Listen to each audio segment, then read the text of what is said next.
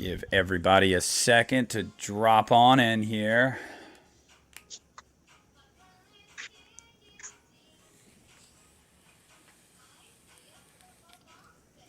What's up, you guys? This is Nick at the Lost River Drive-In with... And Justin, Ryan, 1988.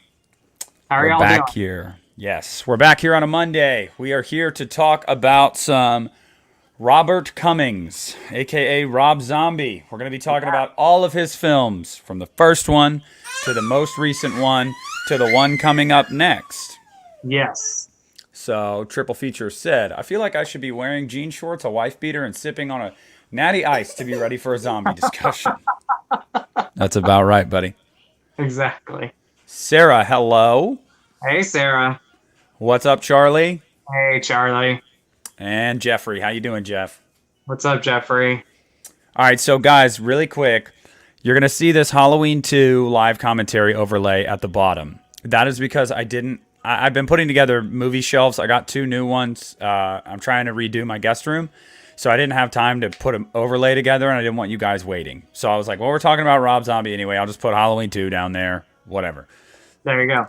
103178, how you doing? Oh. So before we get into this, guys, I was just telling Justin before we started recording that I got 2 things yesterday, just spur of the moment when I was at Target getting the movie shelves. I saw them and I couldn't pass them up. And I wanted to show you guys. And Justin hasn't seen them yet either, so I want to show them. I'm pretty sure I know he has at least one of these. He might have them both. But one of them is the Friday the 13th Part 2 Steelbook.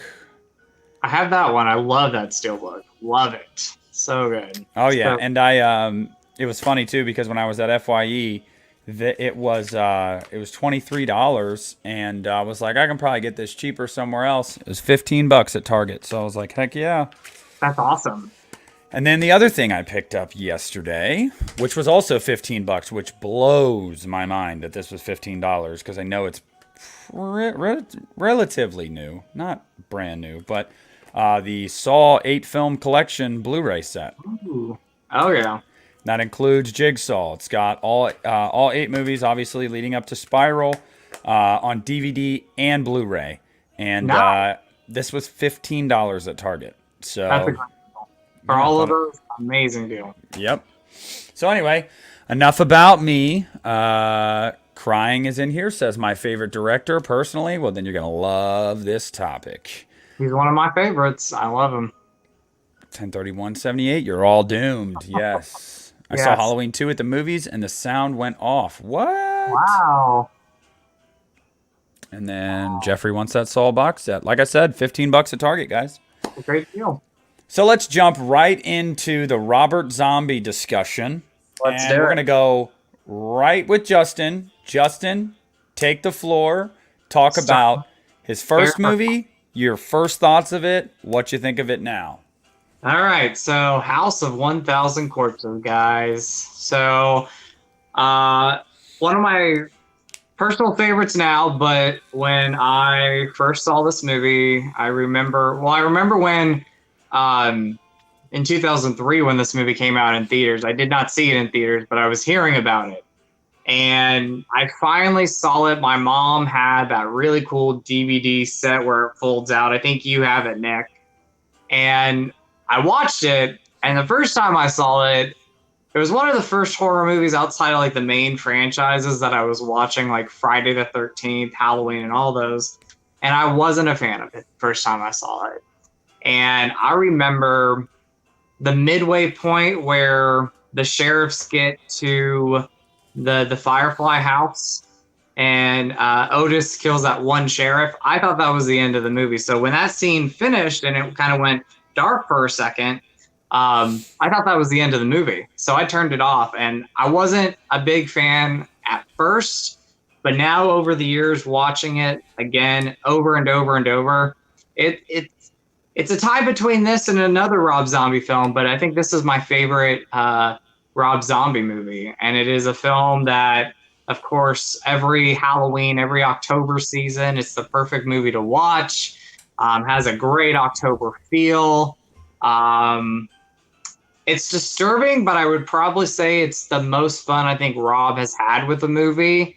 It's Texas Chainsaw mixed with a whole bunch of different stuff in it, and I just absolutely love this movie. So, House of 1,000 Corpses. Hell yeah. Justin, the thing you were referencing, yes, sir. That is awesome. The Yep, that's it. the That's fold it. out DVD release of House of a Thousand Corpses. Guys, I still don't own this on Blu-ray. And part of that is not because I don't want it on Blu-ray, but because I'm always like, God, I love the edition I have. So like, but I need to get it on Blu-ray, whatever. Real quick, crying, Dr. Satan! Yes, that's right. Sarah saw House of a Thousand Corpses in theaters and hated it, but gave it another shot with Rob's commentary and liked it more. Yeah, I mean, I love the movie. Me too. I want to get to your guys' comments before I talk about my portion of it. Julian just bought Devil's Rejects. Hell yeah. Good job, man. Sweet. Never seen this movie, but I want to. You got to see it, Jeffrey. It is a blast. See it. Crying. I think House of a Thousand Corpses is his best work. It feels like his true creation instead of being controlled by studios. I agree. House of a Thousand Corpses. What's up, Ben? Has What's one of up, the best Ben? opening scenes of all time. Oh, yeah. And the best DVD menu. Quit ringing that damn bell. The Blu-ray has that same thing, I believe, or very close to it. Hell yeah. All right. So, for me, when I first saw House of a Thousand Corpses, I was actually 12 or 13, and it actually scared the crap out of me. Yeah. And I don't have a lot of movies that do that, but I think that this movie scared me because it was, by the way, like I said, for everybody coming in right now, this is not a Halloween 2 live commentary. I needed to use this overlay because they didn't have another one. We're talking Rob Zombie, so don't get confused. I wanted to, it stuck with me. I don't know if it was the Dr. Satan stuff, the imagery, whatever it may be. It felt like a really, really crazy music video. And that's, Rob's style. It just really creeped me out. I thought it was really like relentless. These people were sadistic. I obviously had a crush on Sherry Moon Zombie the first time I saw it. It was crazy to see Rainn Wilson, Chris Hardwick, all these guys in this movie before they were really known for what they're known today. I really enjoyed the movie, and I picked this up at, I want to say, God, I don't think it was an FYE. I think I picked it up at a store called Spin Again, which used to be by where I lived, and it was basically like an FYE, but mainly music, but they had movies as well. Over the years, I still love this movie. I know a lot of people say that Devil's Rejects is a better film, and probably, like, technically speaking, yeah, it's more well made. But for me, House of a Thousand Corpses just kind of sticks with you. Like, I don't know. It's just very, very unique. You don't see a lot of movies that are like this. Love him or hate him, Rob has a very specific style, and he stays true to that style, and that is seen in here. Now, as he goes on in movies throughout his career, some of them became a little more studio involved, a little less Rob Zombie, but it was still there. This is like full-fledged Rob Zombie movie. You know what you're getting. And I love the movie. I really, really do. It's not very long. I don't know. It's an animal, man. It's just, I don't really know what else to say about it. It's an animal. Yeah. Sorry. No, you're fine. I was just gonna add, like you said, it's my second favorite Rob Zombie movie. My first favorite will be coming later, but it's my second favorite Rob Zombie movie. I'm gonna say right now, like I said, it's my favorite one, but it's tied with another one coming up. But yeah. I forgot to mention Sherry Moon Zombie. I think the character's great in this movie, and I think pretty much all the characters are there. Obviously, crazy maniac killers, but they really stand out in this movie. It's like I don't know, like the movie has like almost like a crazy, demented carnival ride type of feel. It's like you're going on a ride pretty much. Oh, yeah. Yeah. 1031, you got to see more of his movies because his Halloween movies, especially Halloween, not so much Halloween 2, they're not as much Rob Zombie as Rob Zombie wanted to be. House of a Thousand Corpses is the most Rob Zombie movie that there is. So check it out. I mean, if you like his music, you like his music videos and his style, check it out. I want to point this out real quick that, hello, hey, Danny. What's up, Danny? That, I don't know if you know this, but this was actually supposed to come out in 2000 and Universal was behind this. And I know Universal producers or the head executives saw the movie and they're like, we're not going to release this movie. They gave him the freedom to do what he wanted. It took like 3 years for him to finally get a studio to release this. So, Yeah. huge shout out to Lionsgate for releasing it. Oh yeah. Ben, I did not know that. If this is true, that's crazy. It says Rob Zombie was set to make his directorial debut with the film The Crow 2037 and even wrote the script. It was supposed to take place in the future, but it never happened. And then he went on to make House of a Thousand Corpses. Wow. Very cool. I did not know that. Neither did I. But yeah, I know that it was made and then it was shelved, and he basically needed to find a distributor to want to put this movie out because I think a lot of people looked at it and they were like, "Oh no, no, no! There's no way we'll be able to make money with that. No one will go see that." And it didn't do well theatrically, if I remember correctly, but it did really well in its second life with home media and became kind of got a cult following, and that's why they made Devil's Rejects. A lot of word of mouth with it. A lot of Yeah. word of mouth with the movie. So, Hey, how you doing? It's all right. Don't worry. coming in. We go like 2 hours, buddy. You're good. So, okay, Justin. So then we'll just take it a step further and we'll say, give this a ranking, rate this out of 10. What is your House of a Thousand Corpses rating? I mean, I would give it, if I had to give it out of a 10, I'm going to give it a 10. I'm going to give it a 10. That's 9.5 or 10. I'm stuck in that area because if this is my, and this might be confusing what I'm going to say, if this is my favorite one, I'd give it a 10. But if it's a second favorite, I would give it like a 9.5. I'd say a 9.5. I'll leave it at a 9.5. Yeah, How about you? Christian would kill me if I didn't give it a 10. So, but not just that. It was the first Rob Zombie movie I ever saw. It Yeah. scared me as a child.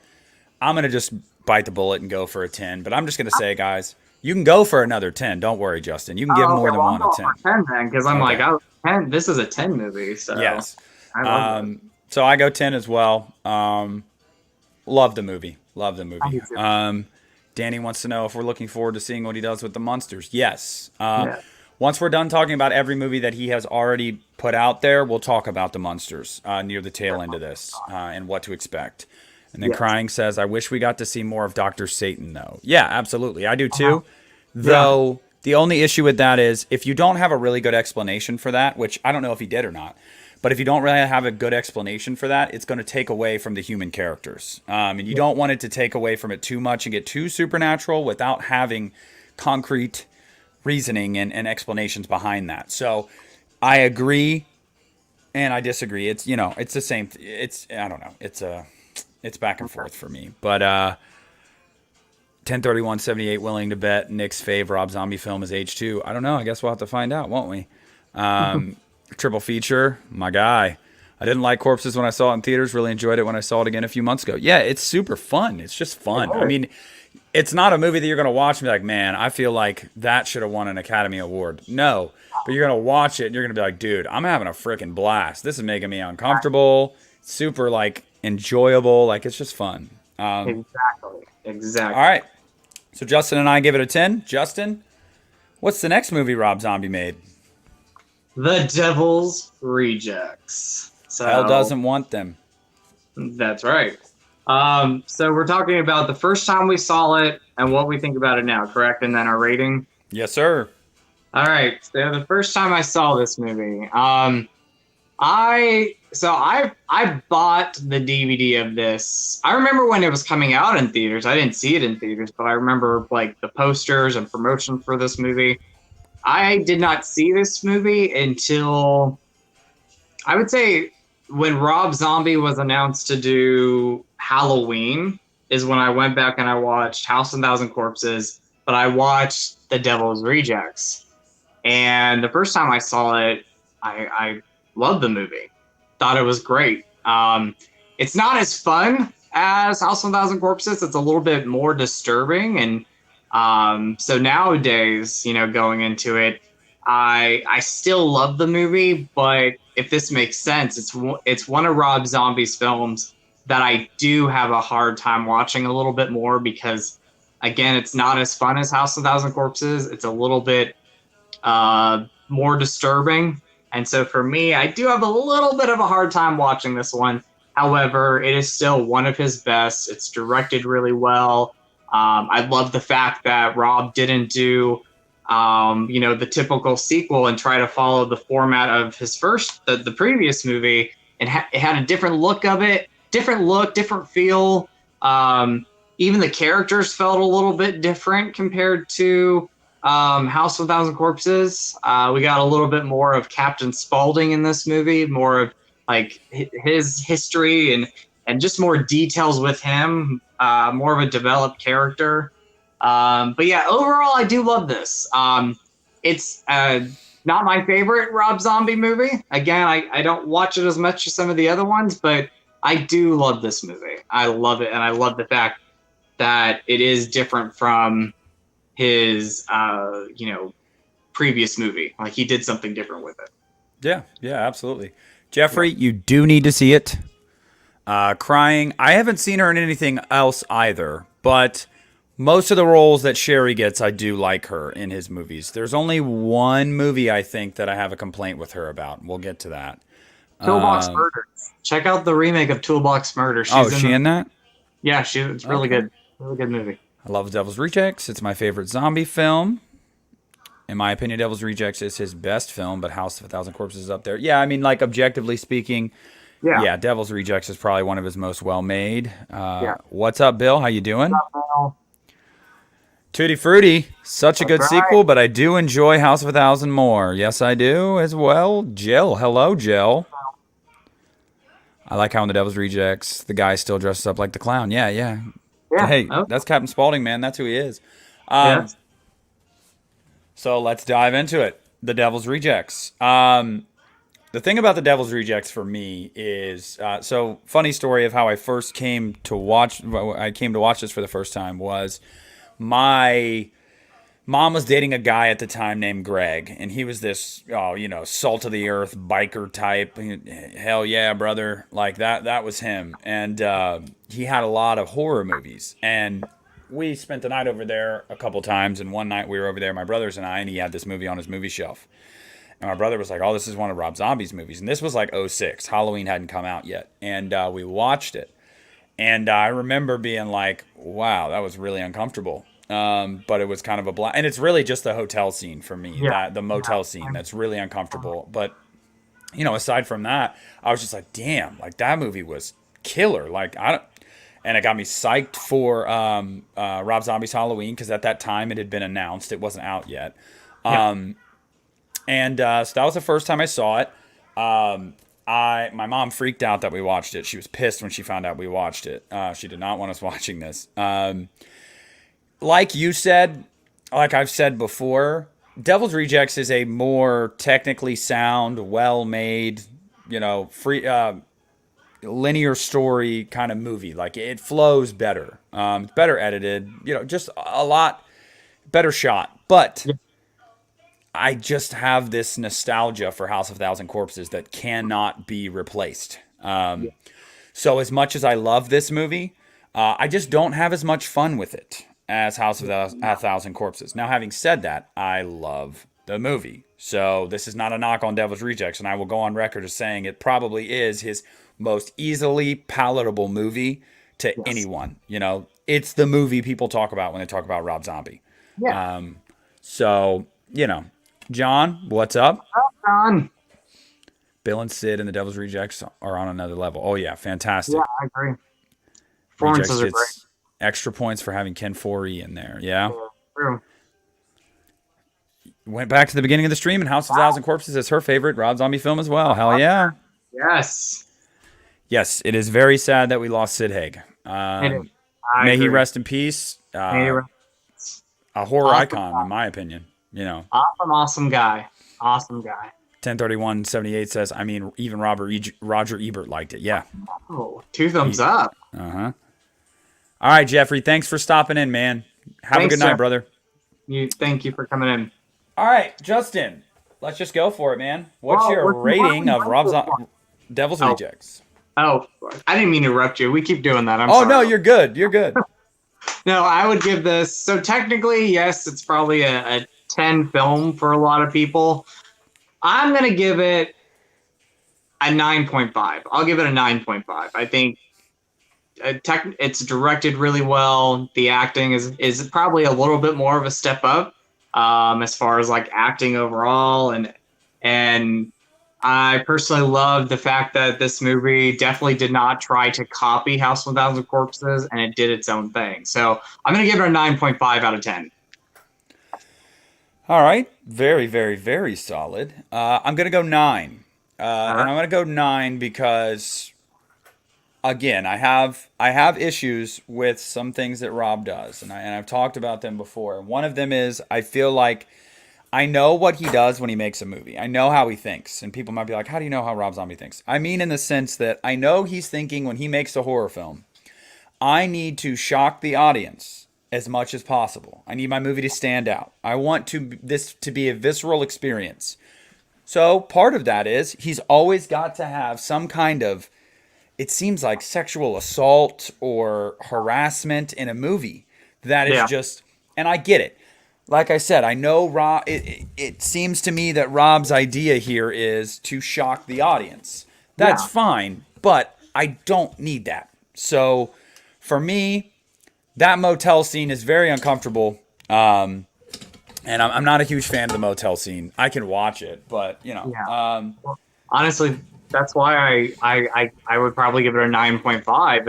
It's one of his best movies, and I do love it, but it's hard for me to watch. So if I'm going to go to a Rob Zombie film, Devil's Rejects is not the one I go to a lot. So yeah, I would.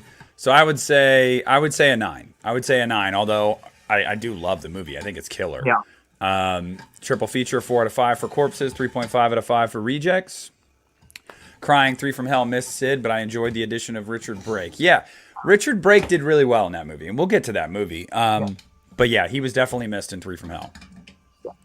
I assume you guys are, but are you guys going to also talk about his lesser known films or just his super popular? We're going to talk about all of them. I yeah, will mention El Superbeasto, though I don't own it. same here. I have seen it once. We'll briefly touch on that, but Sarah, House 7 out of 10, Rejects 8.5. Okay. Nice. Julian, 8 out of 10 for a House of 1,000, 9 out of 10. It would be better. I think he means without the assault. Yeah. I agree. I've always argued Devil. Oh my God. Triple feature. You're on one already today. So, and then, yeah, 1031 mentions the escape scene from Rob Zombie's Halloween. Yes. Yeah, I know. Yes. I didn't like that. And without further ado, let's jump into Rob Zombie's Halloween, Justin. All right, so I know this is the director's cut, but I'm just holding up the case from the box set. Halloween. So I remember the first time I saw the trailer for this movie, and I was super excited. Of course, it's a Halloween movie. We grew up with these films, but I was excited, and I remember when Rob was announced to do this movie. So I can't remember the website. It's not HalloweenMovies.com, but it was a different website where they would talk about movies coming out. And you can go to a certain page. I think it was movies.com. And whenever they had an update, for this movie, they would put out some images. So I remember the first time seeing the Myers mask for the first time, seeing some of the cast. I remember when Daniel Harris was announced to return to the Halloween franchise. And then seeing the trailer, loved it. I remember, I think it was Saw 3. I went to go see that movie, and they played the trailer for Halloween. And Do you remember the shot in the trailer where Danielle opens the door and he just grabs her and pulls her back in and slams the door? Yeah. Yes, Love so that eerie. trailer. I do too. I love that teaser trailer. It's a great teaser trailer for the movie. And I saw it in theaters. It was my first Halloween movie I saw in theaters. I remember my younger sister went with me, and at the time stepdad had to go into the movie with us because my sister was too young to see it, and I couldn't bring her in with me myself.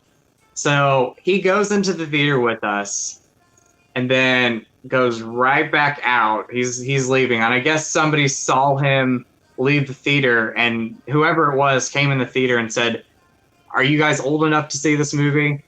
And I said, "Well, I'm 17 years old." I said, "I can see this, and if it's okay, can my sister see it with me? Because I am of age." And she was like maybe 14 years old. And, the lady said, "Okay, you guys can see it." But yeah, the first time I saw this movie, absolutely loved it. I didn't understand the complete hate for this movie. I know this movie got a lot of criticism. But I loved it when I first saw it. I had a T-shirt of this poster right here. I don't have it anymore. I remember. I think you used to wear. You wore it in a video before. I did. I remember that shirt. I have a picture on my Facebook. It's like that's when I was like in my like really like I thought it was like hardcore metal phase. But yeah, I have a picture up on Facebook with this T-shirt on.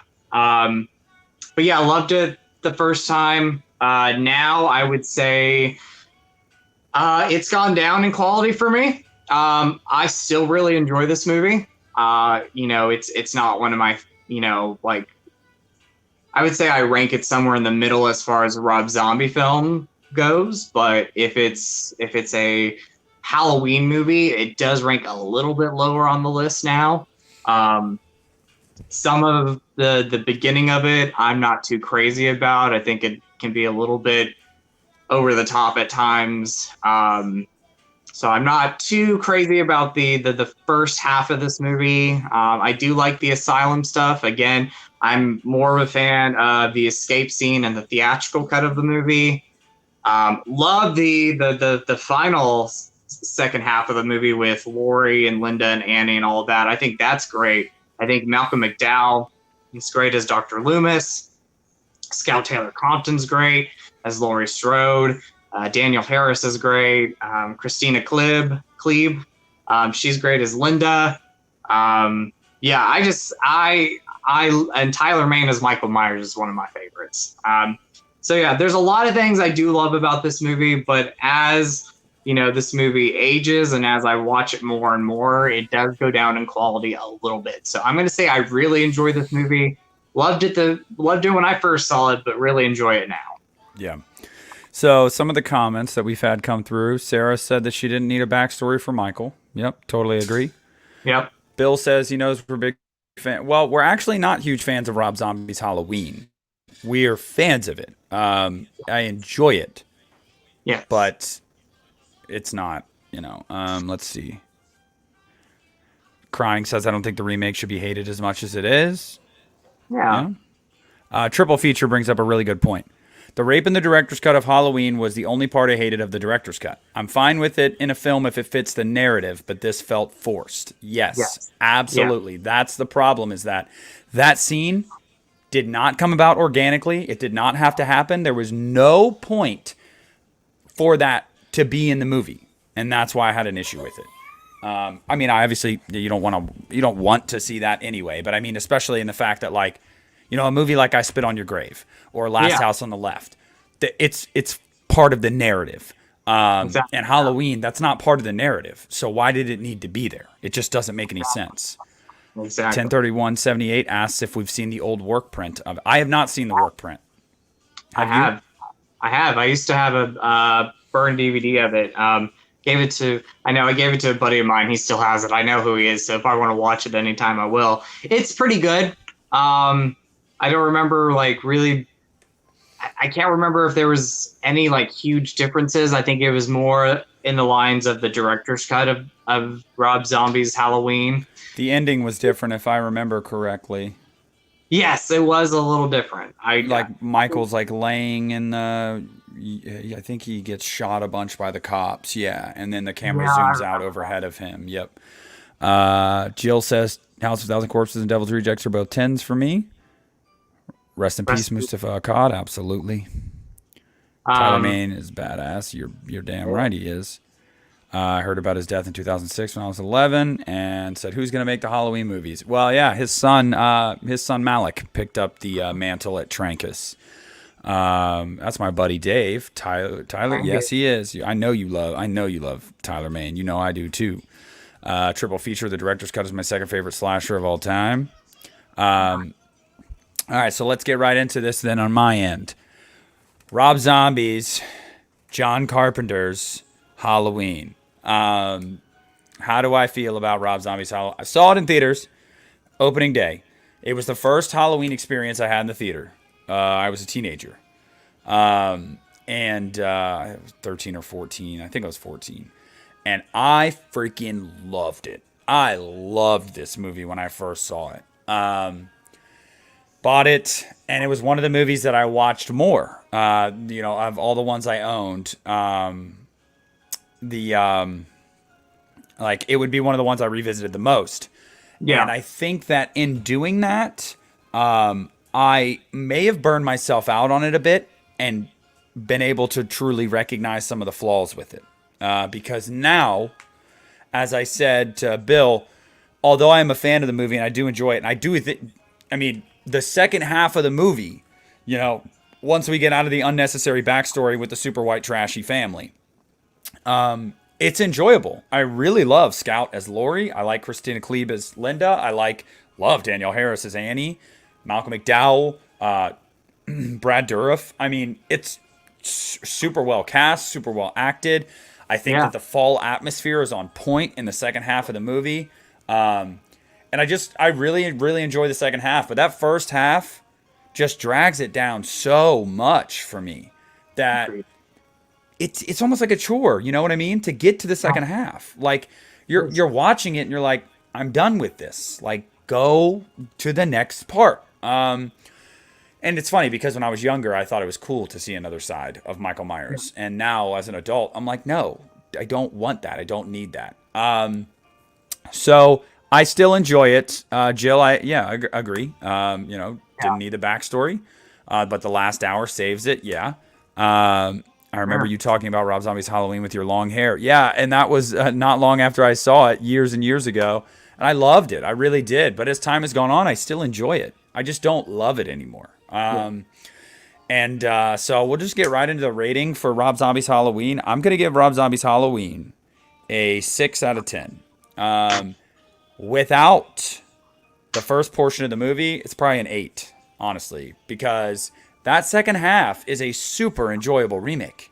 But the first half just drags it down so much for me. So it's above average. I have it above average at 6. Okay. But that's what I'm going with. I'm going with a 6. What about you? I'm going to give it...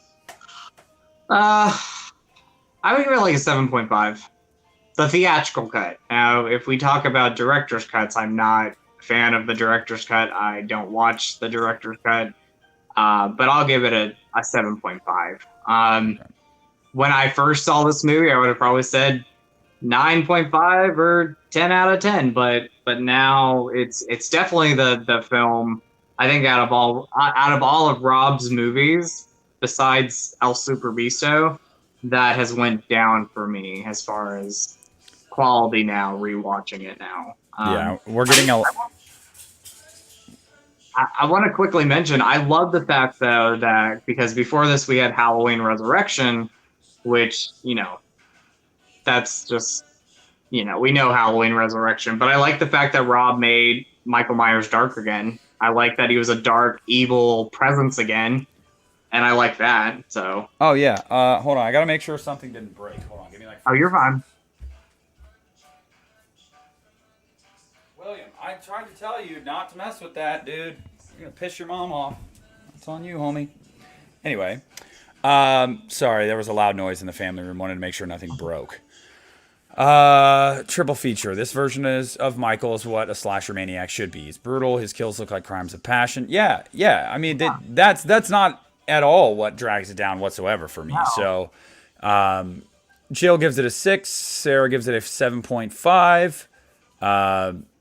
Triple feature will not accept this disrespect. 6.5 for the theatrical. And well, here's the thing about the director's cut. It's a better version of the movie. Just is. Yeah. You have a lot more of Michael stalking. You have more of the original score. The only thing is the breakout scene. That's it. That's can't. That's just something I can't get by. I can't watch it. like we said, it felt forced. It was not needed in the movie. Yeah. Uh, so yeah, uh, yeah. Like I said, it's gone down for me. I will mention too. But the one thing I love about this is that 3 hour documentary. I mean, that is awesome. We got that 3 hour, three and a half hour documentary. One of the best documentaries I've seen to this day. So detailed, and I agree. It's Uh-huh. one of the best. I love it. So Yes, Dave, we agree. Well, Justin doesn't agree. I agree. I got a soft spot for Resurrection, but it's the lowest ranking movie in the I know. franchise. I'm just giving you a hard time. I All right. So that's what we think about Rob Zombie's Halloween, guys. Now we get to the Mona Lisa. Justin, go ahead. Now, are we doing? Did Halloween 2 come out before El Superbeasto or Actually, afterwards? I think it was afterwards. I think it was. So, I mean, we'll just address El Super Beasto really quick. Yeah. El Super Beasto, I just, no. Yeah. It's dumb. It's a waste of time. I watched it one time. I was in a band years and years ago, and I was staying at this guy named Max's house. You remember Max, Dave, if you're still in the chat. Max Resnick. I was staying there with Matt and Patrick and a couple guys, and I think we rented it on demand. And dude, it was terrible. I mean, it was so boring. It's got all your Rob Zombie-isms though. A bunch of bad language, cartoon boobies, all that. But it was real dumb. So that's all I have to say about that. What do you think? I enjoyed it the first time. I actually think I loved it the first time, but I think I watched it like a second time and was like, what was I thinking? Because yeah, if we're talking, if we're including that in a ranking of Rob Zombie films, it's my least favorite. I know he attempted to do a cartoon, but it wasn't for me. Yeah. It wasn't for me. Yes, Dave, there is something wrong with cartoon boobies, okay? I'm not even putting that comment up. And then Triple Feature says you better have played guitar in your band. I was actually the vocalist. I'm not good at instruments at all. Yeah. That's awesome. I was in multiple bands with Dave as well. One of the guys in the chat. He's my best friend. We go back 15 years. Awesome. So, but anyway, guys, not musically inclined. I can just sing. That's about it. Anyway, let's get right into it. I'm sure this is not going to piss anybody in the chat off at all. I'm sure everybody just loves this movie to pieces, and I just can't wait to talk about it. So, Justin, what's the next movie we're talking about? Rob Zombie's Halloween 2. Rob Zombie's Halloween 2. All right. So, first memories with this. I saw this opening night. I was one of those that saw it like in the theater. I know this movie did not do as well. I know you saw it in theaters. I think you saw it opening night. Mm-hmm. I wish this movie would have done better. But anyway, I saw it opening night. I loved it then. Had a great experience. I do remember seeing it with some friends, and there's pictures somewhere on my Facebook where we're standing outside the movie theater taking pictures with the poster. And again, that's when I was like, I tried to be metal. I don't think I was metal, but I tried. I loved it the first time, and had such a great time with it. Had a lot of fun watching it. I got emotional, of course, because of Annie's death. We've talked about that.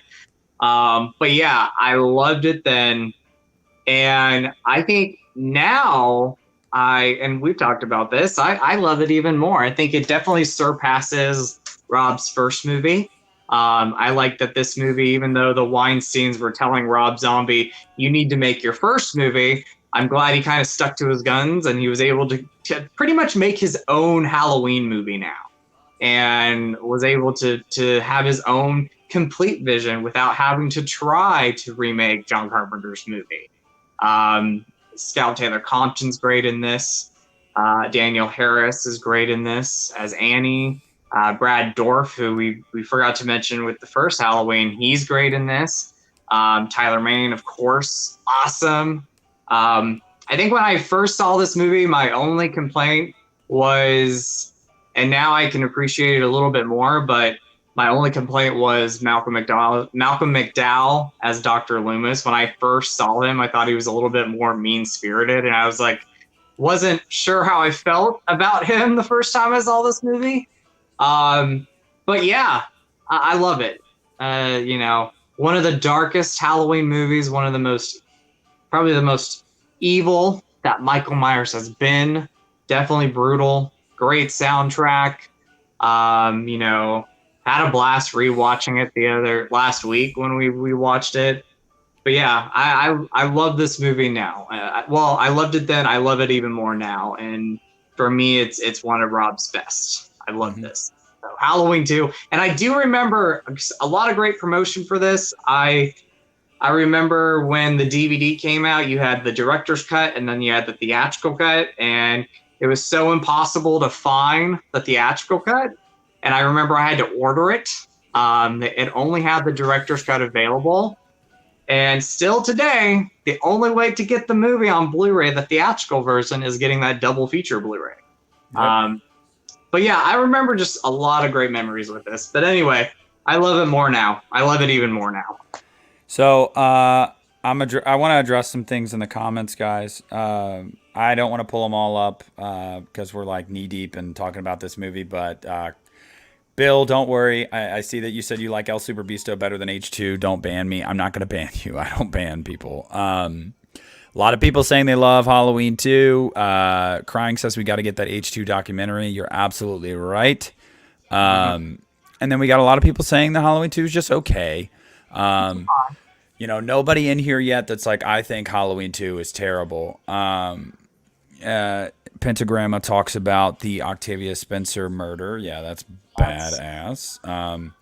And then Crying is talking about the realistic portrayal of obviously PTSD and what happens to these characters. And yeah, so let's get right into this. Rob Zombie's Halloween 2. As you guys can see at the bottom there, we did a live commentary for this last Tuesday night, which I had a blast on. Pretty sure Justin had a blast too. I did. You did? Okay. You better not be lying just to butter me I up. did, except for Okay. my little the TV player acting up. I Yeah. did have a good time. I had a blast. It was our first live commentary. It was super fun. I actually went back and watched it just because I wanted to, see how it went. And I really loved it. I did too.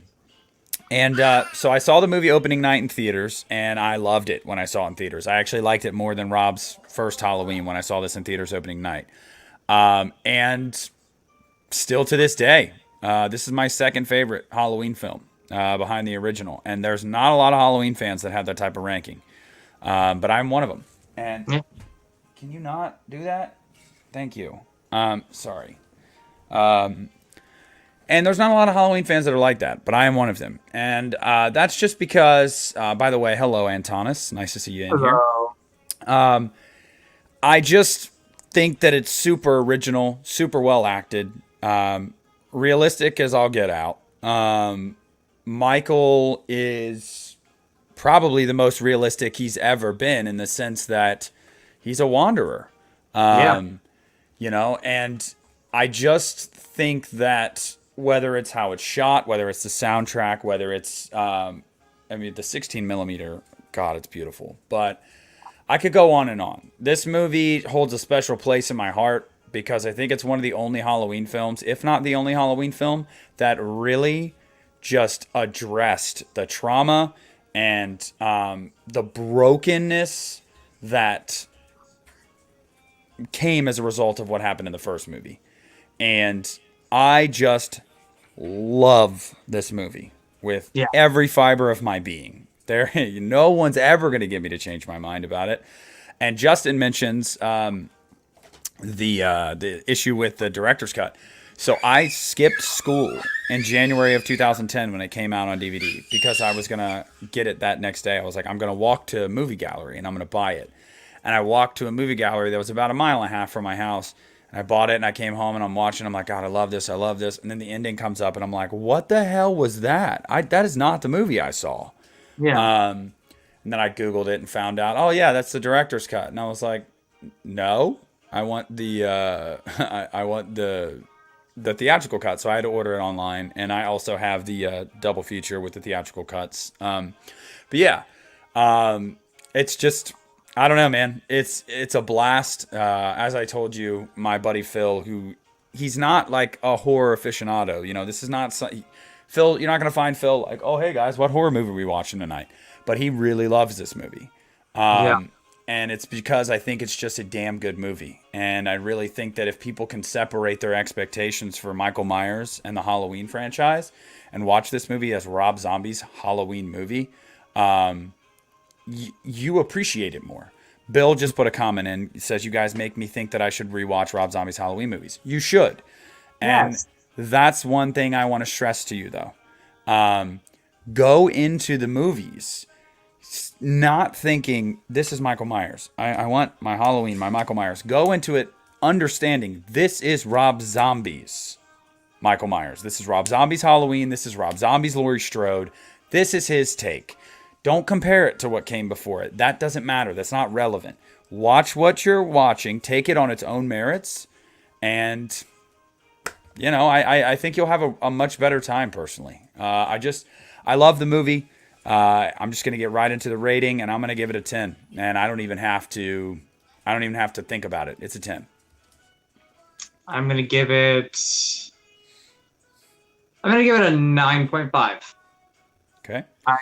I love it. I forgot to mention a couple things. Like you said, I do love the fact that Rob, covered, kind of the aftermath of everything that went on with these characters. Very realistic of what something would happen to somebody who dealt with something like in the first movie. So he covered trauma. He covered the effects from not only our main characters, but even like Linda's dad in the bookstore, like stuff like that. He covered every character in this. Like everybody dealt with it in a different way. And I'm also one that I don't mind the white horse Sherry Moon stuff. I know, he probably threw his wife in there to throw her in there. I don't know, but I love that stuff. And when you listen to the commentary and you hear him talk about the white horse and the meaning of it and putting Sherry in this movie, a lot of the stuff makes sense and it's really cool. But yeah, I'm gonna give it a 9.5 out of 10. All right, hell yeah. He says, I'm a Halloween 2 truther. The government wants us to think it sucks, but I see past the propaganda. Yes. Got so much hate when it came out, and a lot of people consider it one of his What's worst. up, Brian? How you doing, man? Phil says, I like the horse. Don't at me. Hey. Okay. And we got a lot of people in here, it's the fluoride in the water and the chemtrails in the air that make people hate this film. Anyway, so, and I've seen a lot of love in the chat right now about this movie, and I really appreciate that because you guys know I love this movie to pieces. So, that's our Halloween 2 talk. If you guys want to hear us talk more about Rob Zombie's Halloween 2, well, why don't you head over to the channel and check out our live stream from last week where we watched the movie, we picked it apart piece by piece, and we gave our thoughts. And Justin had a meltdown with his remote, so... I was like, the only thing that got me was that. Otherwise, I had such a wonderful time. It was a great time. So the next movie that came out for Rob is a movie I did own. I did own the Blu-ray of it. And I had an ex-girlfriend who shall not be named. And her dad loved Rob Zombie, and he wanted to borrow the movie. I was like, sure. Well, of course, I let him borrow it literally right before her and I broke up. And I never got it back. So... I should have rebought it by now, but I haven't repurchased it yet. So that's just me being lazy because, like I told you, I just went yesterday and bought all 8 Saw movies on Blu-ray and freaking Friday the 13th Part 2 Steelbook. So, like, there's no reason why I can't or shouldn't. I just haven't. So, but we're going to get right into Lords of Salem. Go ahead, Justin. Fire away. And by the way, whenever you do repurchase it, try to find the Steelbook. It's awesome. Oh, I'm going to. That's what I want. You gotta love the Steelbook. So I saw this in theaters. I remember when this came out, and I had to think about it for a second. I was like, was there a movie in between Halloween 2 and this? And I was like, no. It was like maybe like a 4-year gap before we got another Rob Zombie movie after Halloween 2. But I saw this in theaters. I loved it. but I thought it was definitely it was his probably most bizarre movie. Oh, it's Very out there, bizarre. buddy. It's It's out out there. there. But I loved the way he directed it. It had a different feel. The camera work was different. It had more of a, and if this makes sense, if it doesn't make sense, let me know. But it had more of a, the way he directed it had more of a wider scope. There's a lot of scenes, Oh yeah. especially the almost dreamlike scene where she's in like an opera house that it just has a wider scope, wider range, and the direction was different. I love that. Love the cast. You know, you got Dee Wallace in here, Meg Foster, um, blanking on other names. Oh, Ken Forhay. Um, who was the other guy? The Jeff guy, Daniel Phillips. yes, Jeff Daniel Phillips, and possibly yeah, it is my favorite performance from Sherry Moon Zombie. I think she is great in this. I think she definitely had more. There was a lot more for her to do. She wasn't playing, Baby from, House of a Thousand Corpses and Devil's Rejects. She wasn't Deborah Voorhees. Not Deborah Voorhees, Deborah Myers. Hey, people compare her to Deborah Voorhees. Yeah, not Deborah Voorhees. I know what you mean, Mrs. Voorhees in Yeah, Halloween 2. Like, oh, ghost mom wants him to I kill know. everyone. I Yeah, know. Pamela Uh, Voorhees. I know what I'm talking about, guys. I got tripped up. Anyway, continue. but I think it's her best performance out of his movies. I think she is awesome in this. I think she does a great job. Again, I think this is her best performance. Again, it's probably his most out there movie. Bizarre film, but I still love this movie today. I loved it when I first saw it. I love it today. It can be disturbing at times. It can be out there, but I do love this movie so much. You know, The the only music thing is I don't understand with movies like this, and I don't mean to cut you off, I just wanted to say really quick. You said something about it being disturbing. I don't know about you guys, but it seems like all of these occult movies, Midsummer, Lord the of wit. Salem, The Witch, why do we always have to see naked old people? Like, that's my thing. I know I'm going to be old one day, okay? And I'll have to deal with what I see in the mirror. That's fine. But it's like we watch a movie about something to do with the satanic cult, and everybody's got to get naked at one point. And not only do they all have to get naked, they're all old people. So Right. I don't know. That's disturbing. I find that Yeah. disturbing, No. Justin. But go It's ahead. creepy. It's disturbing. It's creepy. It's Yeah. eerie. And I agree. Like Midsummer, The Witch, this movie. There's probably some other movies out there that I just can't think of at the moment. Yeah, you do have a lot of in this. For instance, you have Meg Foster showing everything in this movie. That's one of the things. Hmm. Yes. But and I would say the other positive thing I have about this is I love the music. I have the Oh yeah. soundtrack. It's a great soundtrack. Just the score alone is great. So yeah, I love this movie. I still love it now. Yeah. We're getting a lot in the chat. A lot of people are saying that they haven't seen it. Sarah says Oh, it's a trip. Antonis says he thinks it's his weakest movie. Oh, sorry, I didn't mean to pull that up. Sorry, Jill. I'm just going off and saying yeah. them. Oh, you're fine. Ben loves the soundtrack. He says he has it on vinyl.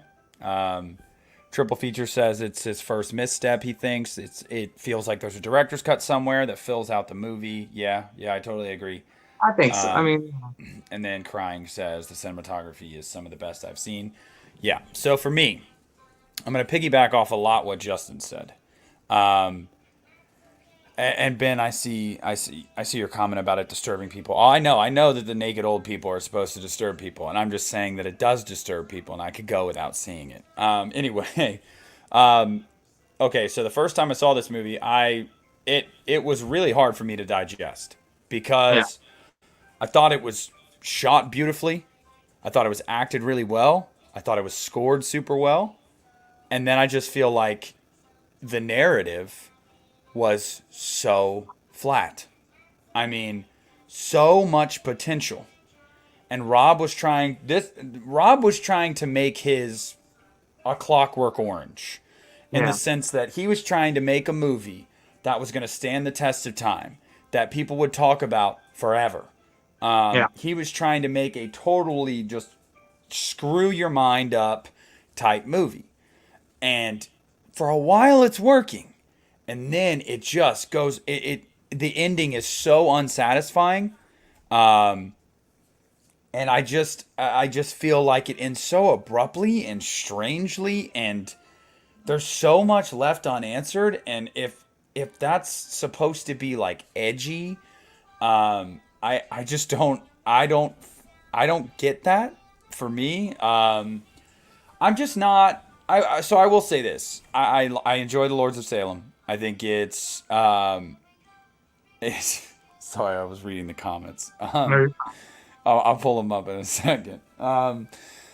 It's just it needed a tighter ending. It needed more cohesion at the end to really bring this movie home. But I think I think it's a beautiful. It's probably his most enjoyable movie to look at. Like, if I'm being totally honest, it is shot brilliantly. And all the daytime scenes you get are very dreary. You can tell that they drained the color out a lot and dulled it, so it just looks very like depressing. And for the type of movie it is, I love it.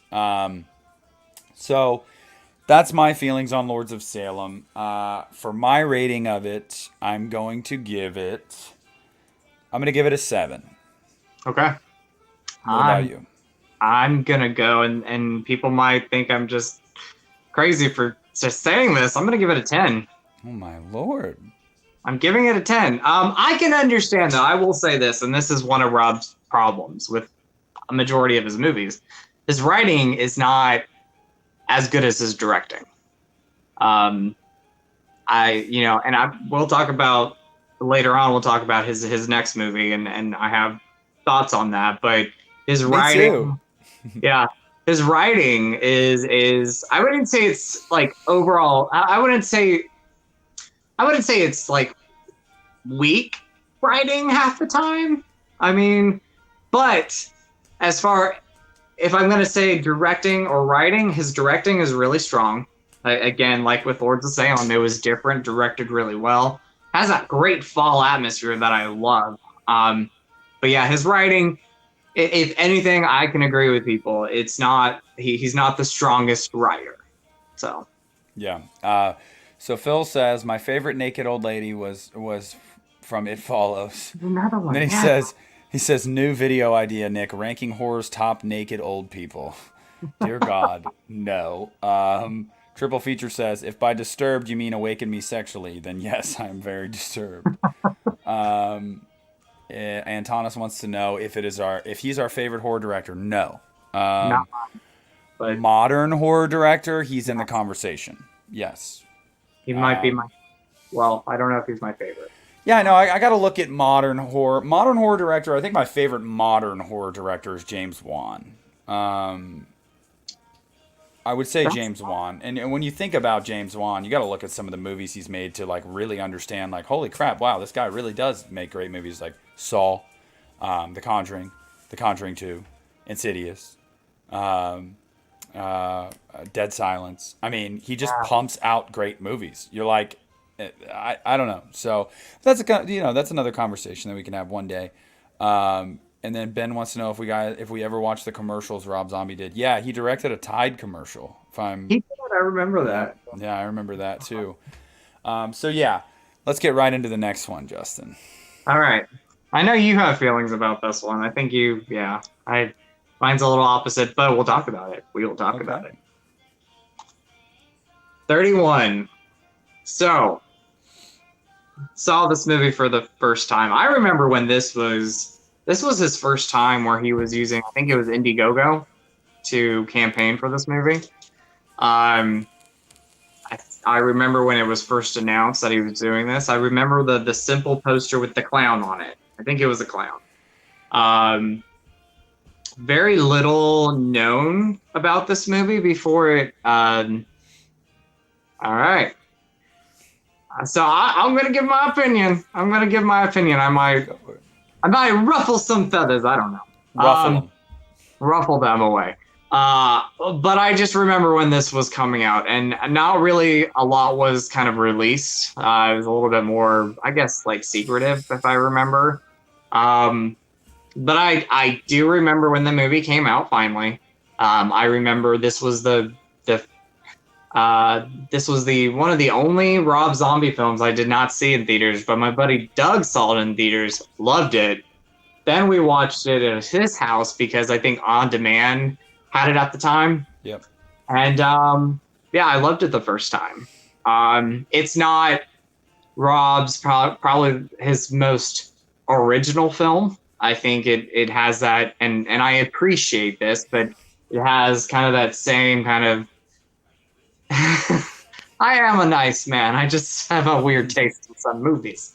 But it goes back to what I appreciate about this movie. It goes back to that kind of gritty, again, kind of roller coaster, fun ride type. Really wouldn't say it's fun, but it has that same feel that House 1000 Corpses has. Though House is a better movie, it has that gritty feel that his first movie had. So I appreciate it for that. I'm gonna say I still love it now. I have problems with it.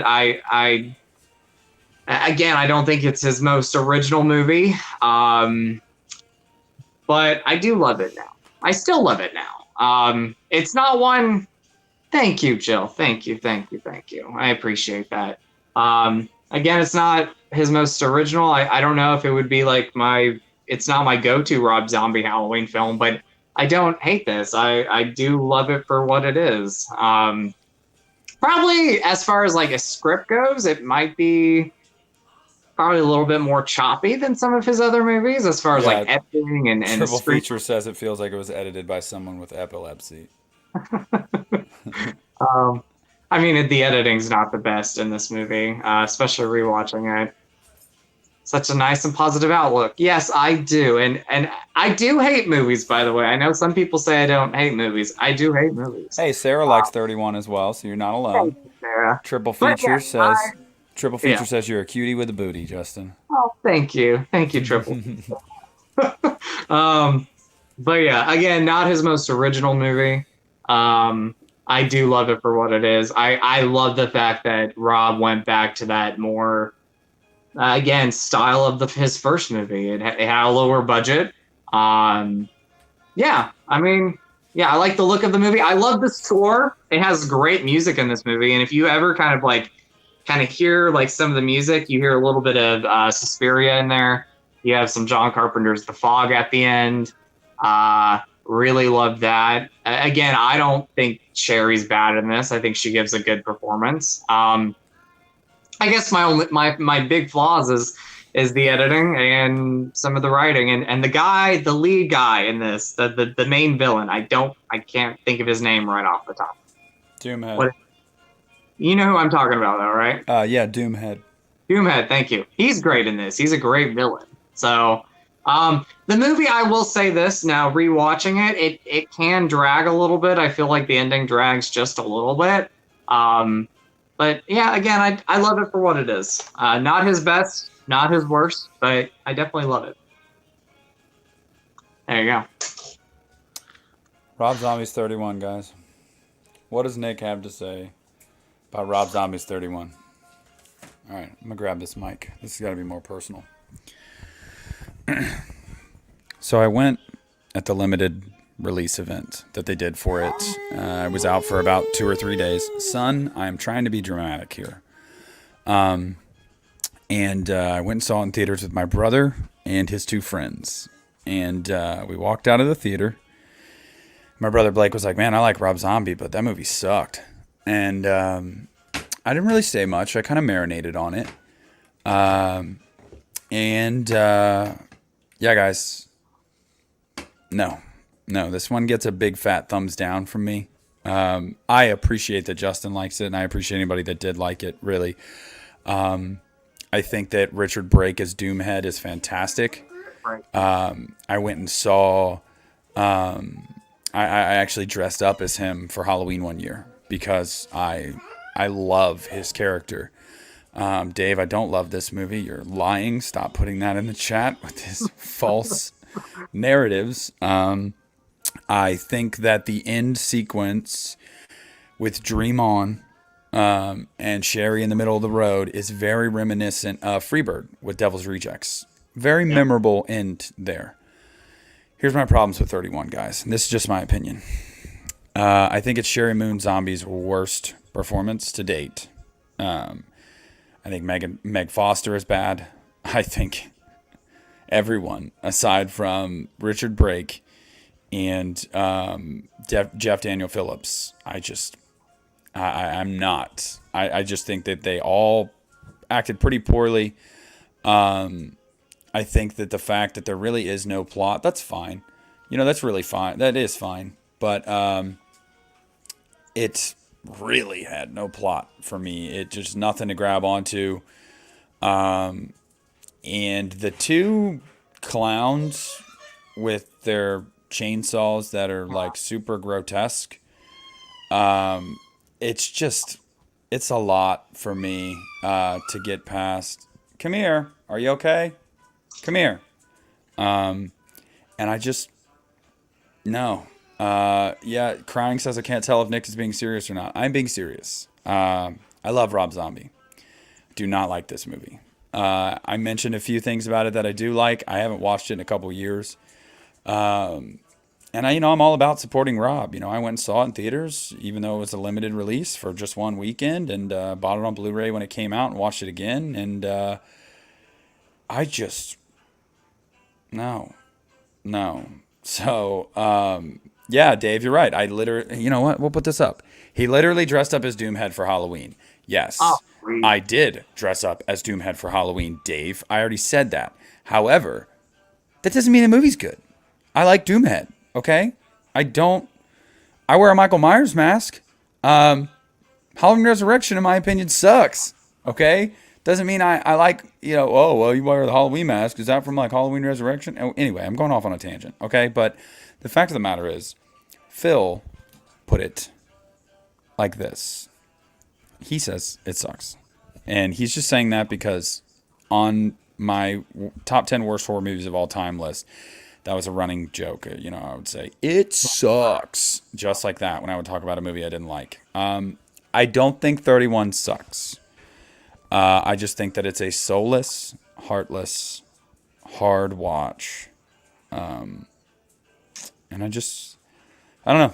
Not a fan. Dave says, oh, you loved that movie when you first saw it. I enjoyed it when I first saw it. Yeah, I know, right? Classic Dave. But overall, I respect you, Justin, that you like it. More power to you. It's just not for me, guys. So that was my dramatic monologue. And I will say one bad thing about Doomhead. They could have given him such a more memorable line that made sense. In Hell, Everybody Loves Popcorn. It doesn't even make sense. I'm sorry, just doesn't. Crying, no. Crying says, I still get the feeling he likes 31. No, I'm just trying to be nice because I know Justin likes it, and I don't want to be too mean. No, I don't like it. I don't like it. So let's just get right into our rating. Justin, you go first. Be the positive one here. I'm gonna guy with white. Justin's gonna go 11 out of 10, guys. I'm gonna go a 20 out of 10. I'm just kidding. It's not a 20 out of 10. I'm gonna give it. I do prefer it over Rob Zombie's first Halloween. I know. I'm sorry, guys. I'm sorry. I'm gonna give it an 8 out of 10. Gonna get it. It's not an 8.5. It's not a 9. It's not a 9.5. It's not even a 10. Mm-hmm. It's 8 out of 10. Mm-hmm. Give it 8 out of 10. Yeah. Phil says 31 gets a perfect 31 out of 100 from me. It's funny that you say that, Phil, because what I'm gonna give it 3 out of 10. It is the only Rob Zombie movie I just don't like. Doomhead gives it 3 points right there.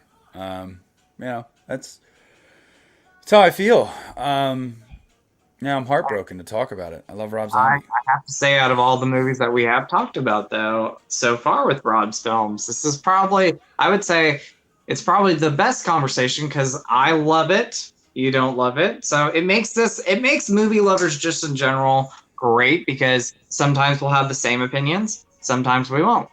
So You guys in the chat, you got to quit this crap. I don't have some secret love for this movie, okay? What I'm watching tonight after the stream is Sleepaway Camp, crying. ooh, Since I you and like Justin, that. yeah, you and Justin keep telling me to watch it. I'm watching it tonight. Watch So, that. but I'm not Watch. watching 31.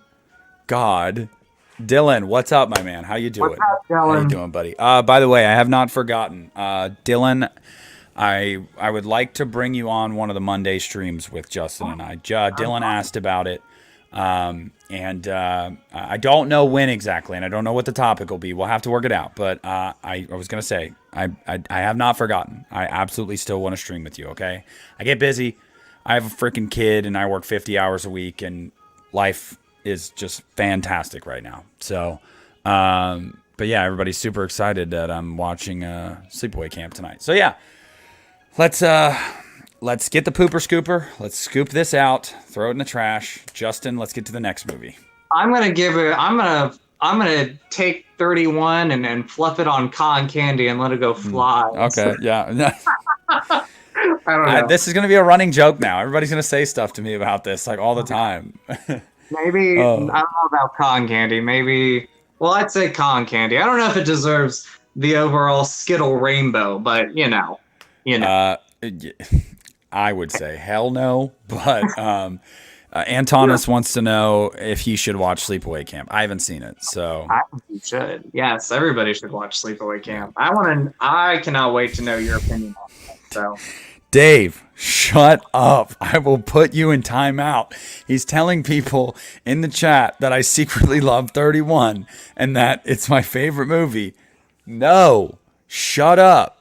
10 years from God. now, will you be like? 10 years from now, Nick will be like, it is my favorite Rob Zombie movie. No, God, I'm no. kidding. I'm kidding. My I'm favorite Rob Zombie movie, I don't think this will ever be surpassed. I really don't think that movie will be kidding. I'm surpassed. kidding. I'm kidding. I know you are. I don't take any of this personal, guys. I know you guys are all just messing around. But all right, Justin, just start talking about the next movie so they shut up about 31. Okay, so his next movie was Three from Hell. So, I remember when, for the longest time, everybody was telling Rob. I think a lot of people were telling Rob, "Where's the sequel to Devil's Rejects? Where is it? Where is it? Where is it?" Me personally, and I think some people would probably agree. I thought, how are they going to do a sequel to the Devil's Rejects? They all died at the end of the movie. And then when Rob announced that there was going to be a third film, me and some friends were talking about it, and we're like, well, what if this happened? Or what if that happened? And somebody pointed out, did they really get shot, though? If you go back and watch it, were there bullets hitting them? And I'm like, yes, there were bullets hitting them. There was a lot of explanations going on, a lot of different ideas of how Rob is going to bring these characters back. Then we got the movie. Saw it in theaters. I remember seeing it opening night, and again, it was one of those limited things. I think it was a weekend only thing. I'm glad I ordered tickets online, because when me and my buddy Lewis went to go see this with Doug, Brian, and a few of our other friends, we got to the ticket booth. We got our tickets.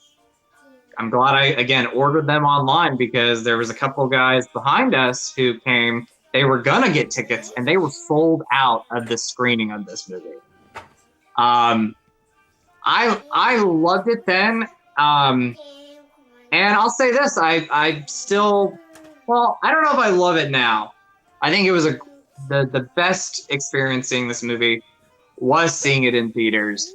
But I really enjoy it now.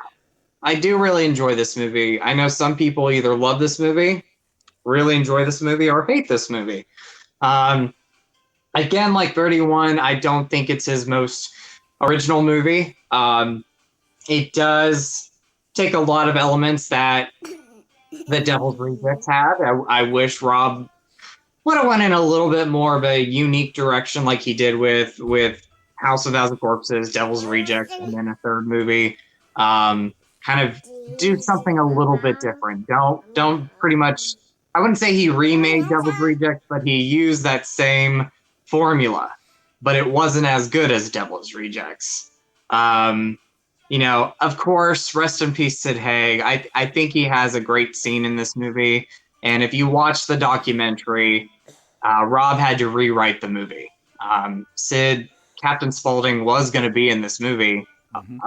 have a bigger part, but of course, he had to rewrite it, and we only got that one scene with Sid, but he was great in it. His a great scene. Um, what is his name? Richard Brake as the brother. I'm kind of 50-50 with him.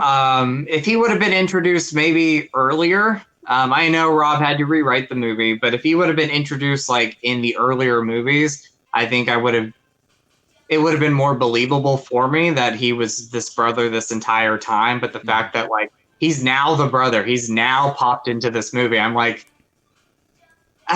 okay, that's Hmm. fine. Um, the ending's a little bit more abrupt. It was still abrupt when I saw it in theaters. When I thought the movie was gonna keep going, and it didn't. Um, I do think Sherry Moon gives her one of her, again, I've said this before, like Lords of Salem. I think she gives a great performance. I think she's honestly, I do love Bill, but I think Sherry's the standout in this movie. I agree. When it comes down to it, I think it's a great film and I really enjoy it now. I just think it's not his most original movie. And yeah, that's my opinions on it right now. So loved it then, really enjoy it now. Yeah, so everybody, I just wanted you guys to see the little demon that runs around here and screams in the background every day that we do these. So, and he always comes over to the camera but won't get in front of it. So I was like, I'm just going to pick him up. Shh, here, look at the camera, say hi. But he didn't say hi, so whatever. Anyway, I'm seeing a lot in the chat about, rest in peace, Sid Haig. I'm seeing a lot in the chat about people saying that they feel like it's, kind of a retread of Devil's Rejects, as Justin said. Triple Feature actually says if they had gone to Mexico and escaped to an underground layer like Dr. Satan's, it would have expanded the world and made me happy. Yeah, I think that would have been cool too. I never even thought about that, but that's great triple feature. Yeah. So, Three from Hell. Three from Hell is a movie that I really wanted to see during its limited theatrical run, and I couldn't because, God, I can't remember why I couldn't that weekend that it was out, but I couldn't. And I was, I was kind of mad a little bit because I love Rob Zombie, and so I was kind of salty that I couldn't go see it in theaters, but I bought it as soon as it came out, and I watched it, and I showed it to Brooke too, and I thought she was going to be really critical of it because I had already watched it one time, and she was like, no, I thought it was cool. Like the first two, like I thought it was really fun. That's the thing for Three from Hell with Three from Hell for me, guys. For me, it is pretty much a retread of Devil's Rejects without Sid Haig, so it's not as strong, obviously, as the Devil's Rejects because you don't have one of the three. Mm-hmm. I think Richard Brake does awesome in the movie. I really do. Um, I just I just feel like I agree. Also, by the way, Sherry is fantastic in this movie. Her just complete descent into madness. How she's just absolutely off the walls crazy in this movie. I love it when she's like meowing like a cat. Like Yeah. like dude, I no, Jill, I don't secretly love 31. Guys. Anyway, I'm just gonna stop acknowledging it. It will never get away from you. No, no, it won't. But I really enjoy Three from Hell. I really do. The things about Three from Hell that drag it down for me aren't entirely the movie's fault. One, Sid Haig passing away. That's not the movie's fault. That's not Rob's fault. So I can't fault the movie for that. Also, I think that the smaller budget made some of the visuals look pretty computer generated, especially at the end and like the shootout in Mexico. When you see some of the bullets, like the bullet holes, you can tell it's computer generated. I mean, there's definitely some. I don't know. It's just so budget constraints. And no Sid Haig, and it's basically just Devil's Rejects, like the light version, like Diet Devil's Rejects. I enjoy it. I think it's well acted. I think the kills are cool. I think the direction is really good. But it's just it's just good. It's just good. I don't hate the movie. It's just good. I'll just say right now, I'll give it a 6 out of 10, just like I did with Rob Zombie's Halloween. Not one of my favorites of his movies, but it's above average. It's not a bad movie. I just wish it would have had a little bit bigger of a budget, and I wish that Sid Haig hadn't passed away, of course. Rest in But peace. yeah, it's so that's how I feel about 31. I also agree that I didn't really find it that far-fetched that they could bring them back because they had set up this world. It's from House of Thousand Corpses. They kind of dabble in the supernatural. You can tell there's definitely some satanic influences there. And then you get to Devil's Rejects, and what's the whole idea of Devil's Rejects? They're so evil that they're literally rejected by the devil. They don't even belong in hell. So if you're going to try to sell me on the idea that they can't die, okay, yeah, I can totally buy that.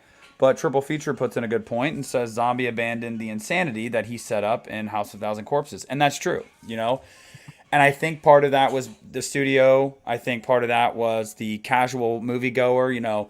For Rob Mhm. Zombie's hardcore fans, House of Thousand Corpses works. Yes. For your casual audience, they watch that movie and they're like, this is really hard to watch. This is really weird. This is kind of all over the place, and they don't get it. So he tried to take a more grounded, realistic approach, and I can respect it and I understand it, but I prefer the kind of off the walls crazy. And that's kind of like you look at Halloween and Halloween 2 for Rob Zombie. Rob Zombie's Halloween, more studio interference, more polished look. And then Rob Zombie's Halloween 2. All right, Rob, do your own thing. And it's crazy. It's got crazy visuals. I mean, it's all over the place in a good way.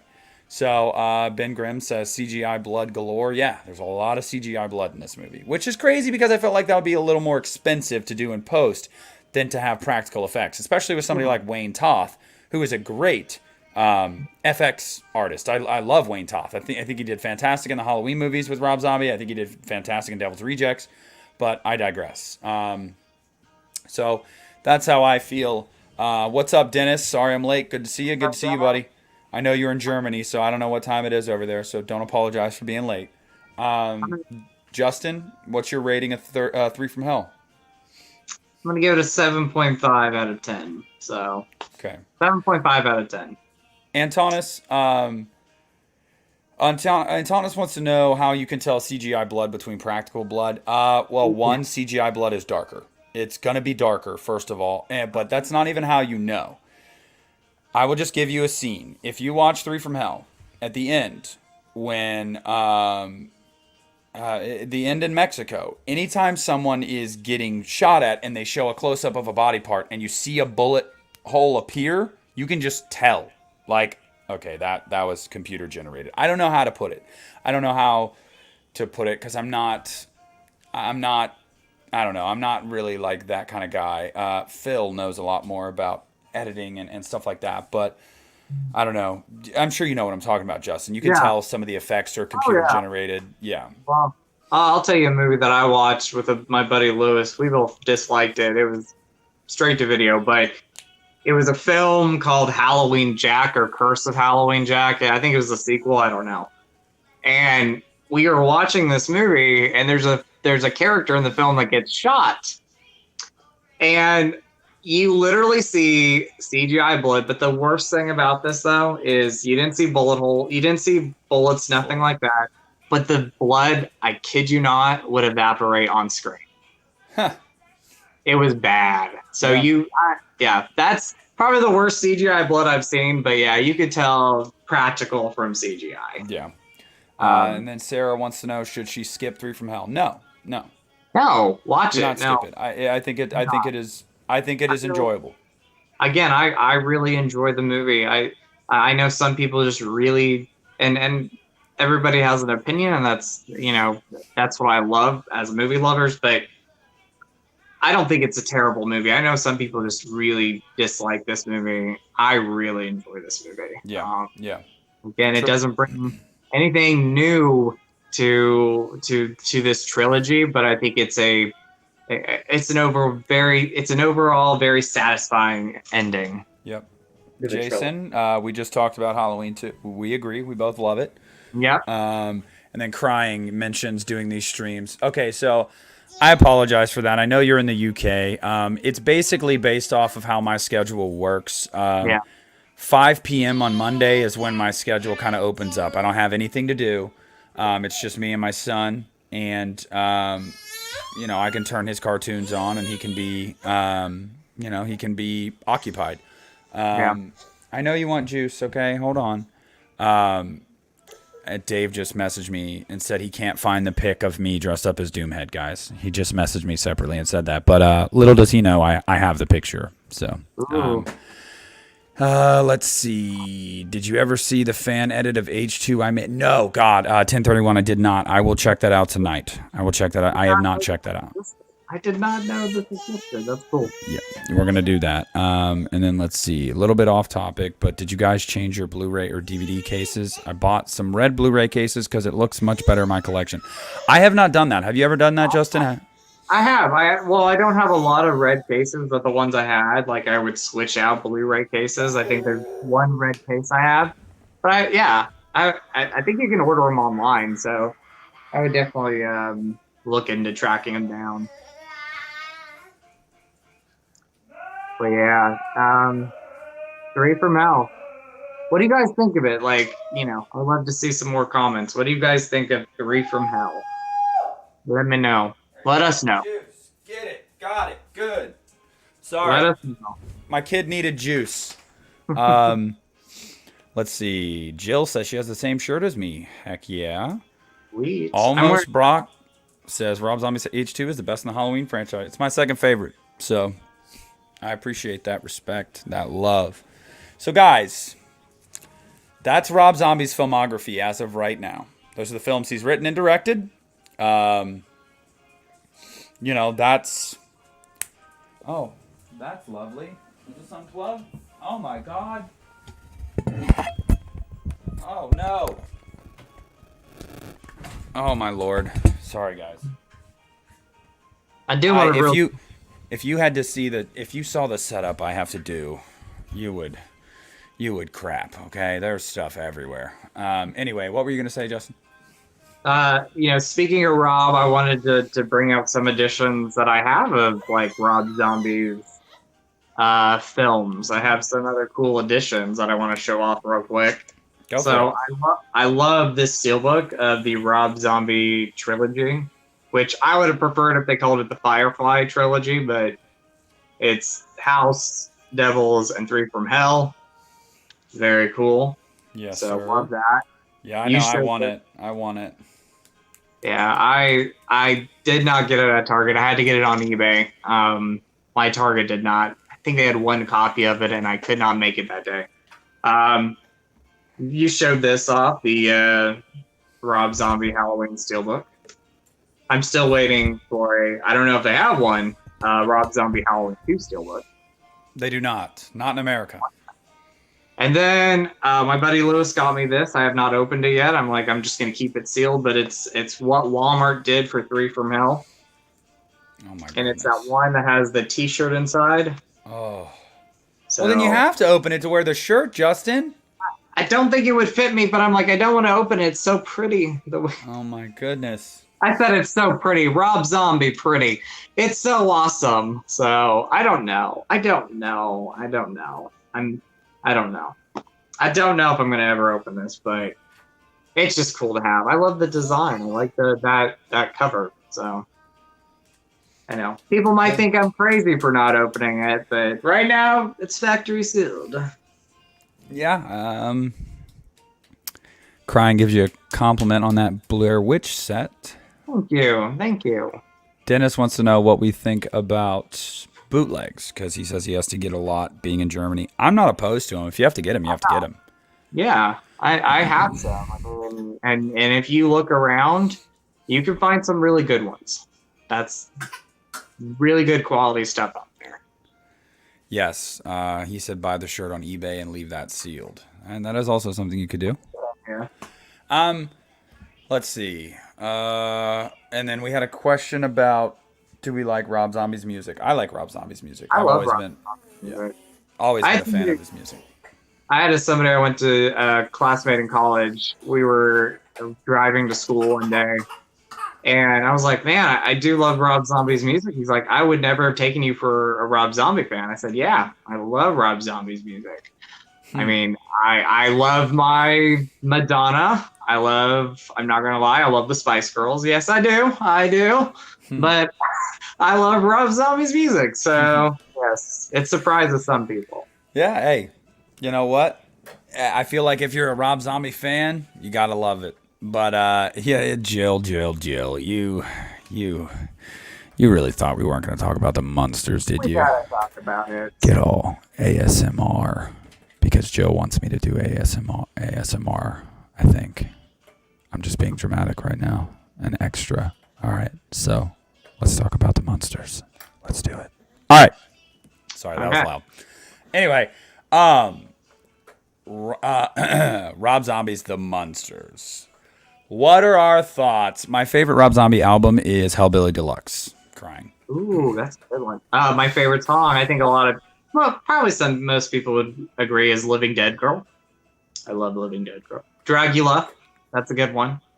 I love House of a Thousand Corpses, the song House of a Thousand Corpses.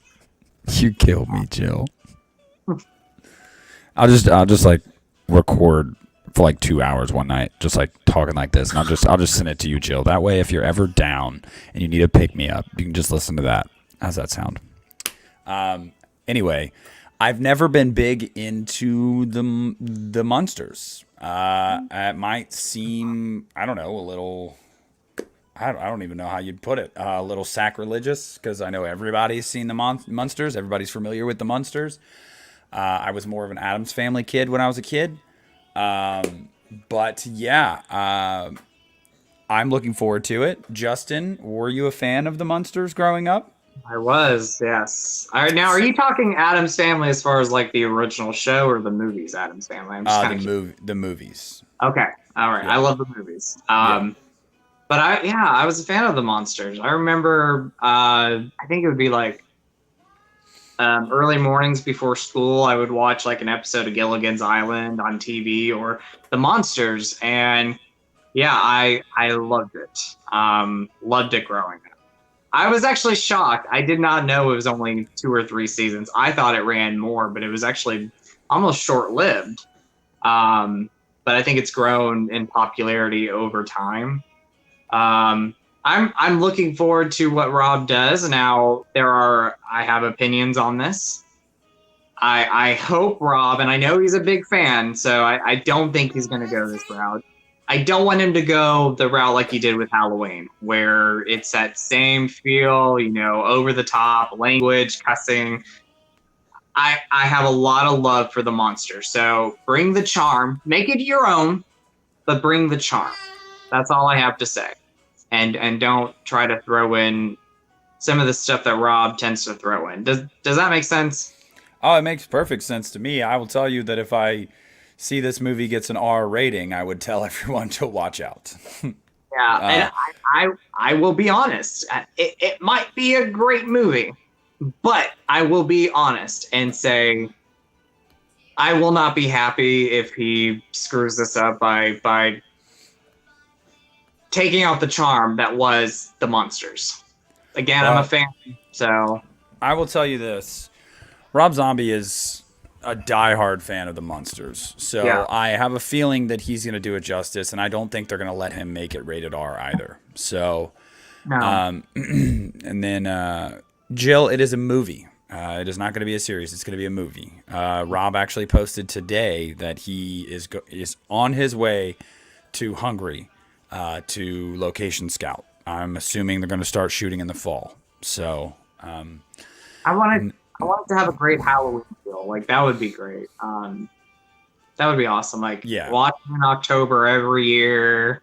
Like, have the charm. If you guys saw Eli Roth's House and the Clock in Its Walls, it worked for both adults and kids because it did have that dark tone to it, but it also was a little family friendly. So if he does something like that, I'll be happy with it. Just have the charm of monsters.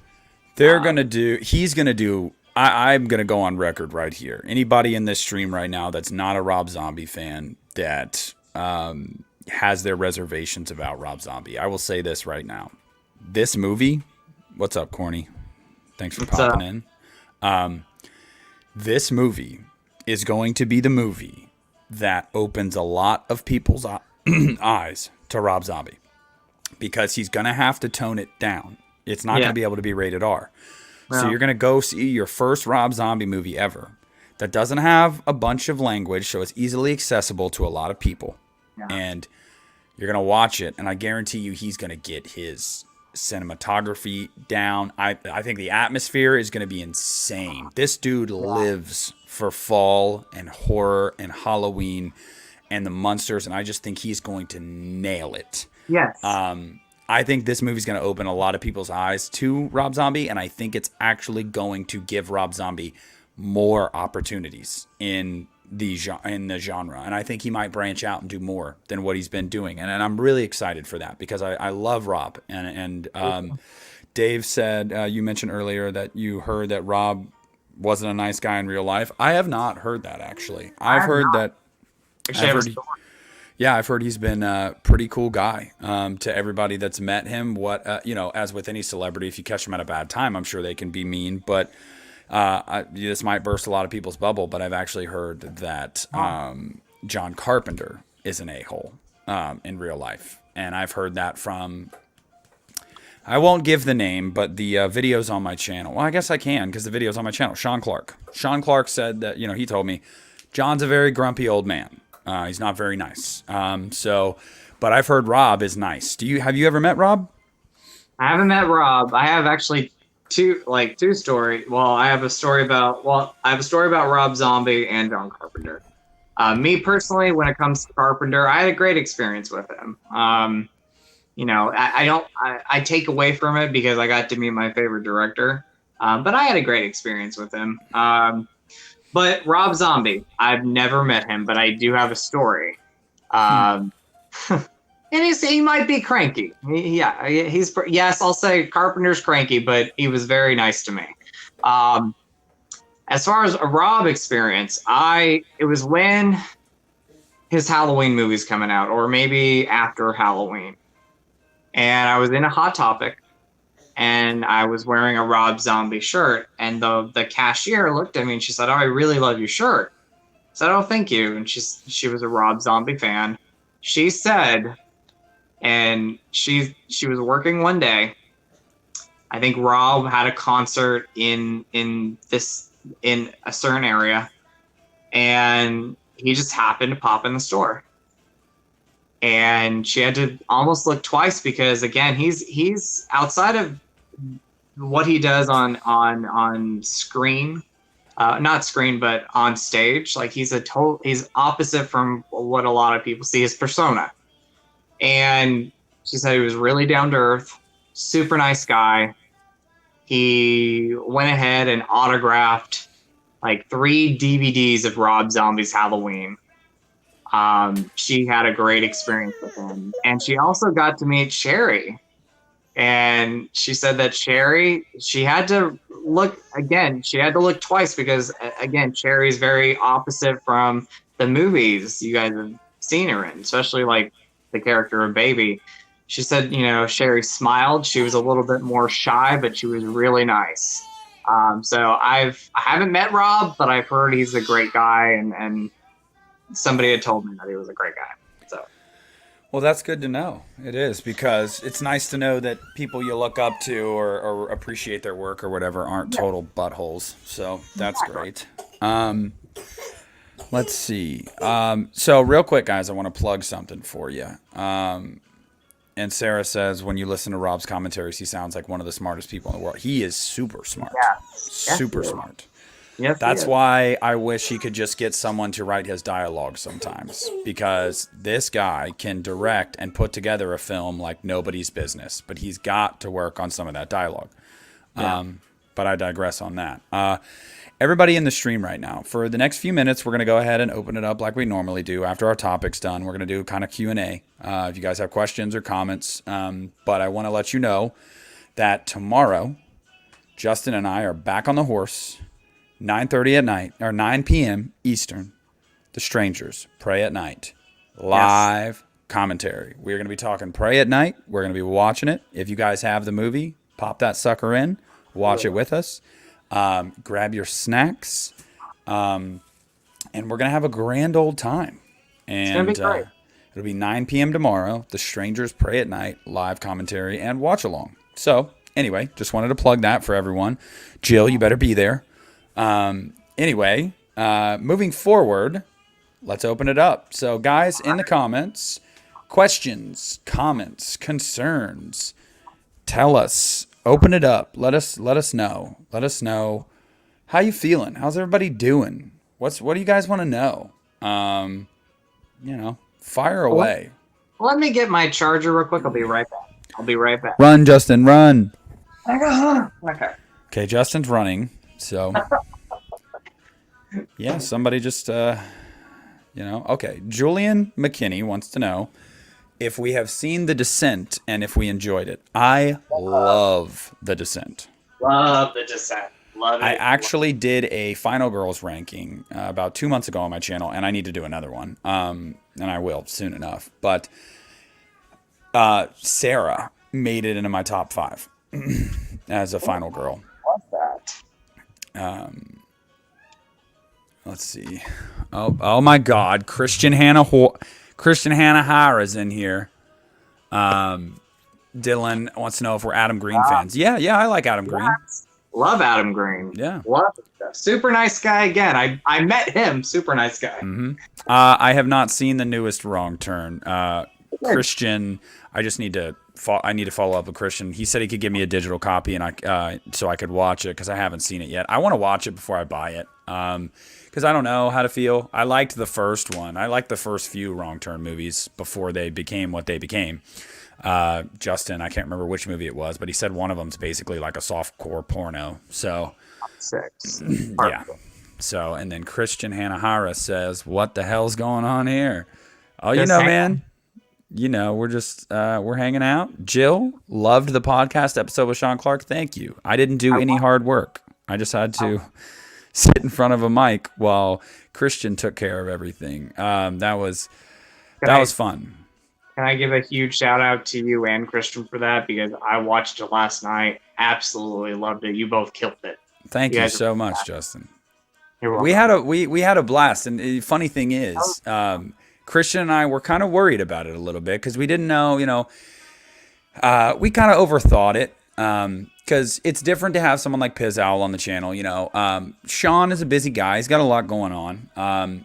You don't want to, you don't know if he likes you or not. You know what I mean? So we were a little nervous about it, but we're really glad with how it turned out because I loved it too. I watched it last night myself. So I loved it, and Sean is a very, very nice guy. Yeah. Yep. Almost Brock 666. Are you guys getting the new F13 red set with digital code? I don't know. I was thinking about it, but I was like, I got 3 sets already. I got a DVD set and the Friday the 13th tin and the Scream Factory one. I don't know. I do not know. Oh yeah. Okay, here we go, Justin. You got another compliment in here, buddy. Let's see. Triple Features questioning his sexuality because of Justin. How do I fix this sexy problem? You can't. Justin can't stop being himself. So I know.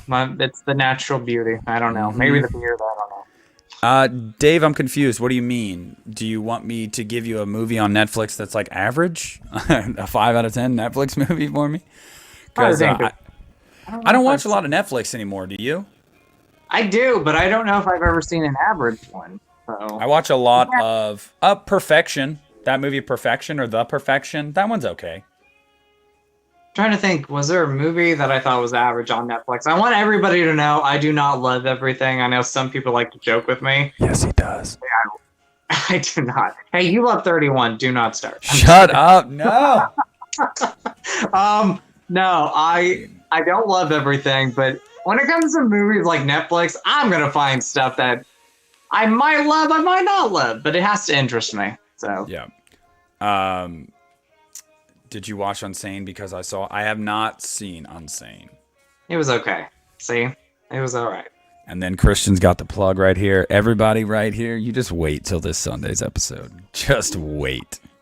This episode was a freaking blast. The one we filmed last week. And wait, we're going to be filming the episode for next week. Probably later this week. By the way, Christian, I should let you know I'm free for that Wednesday or Thursday. So you just let me know which one you prefer. But to film that. But yeah, this Sunday's episode, Jill, Justin, all of you guys, everyone that subs to me that knows my channel and knows my stuff, yeah, this is right in my wheelhouse. You are gonna love this Sunday's episode.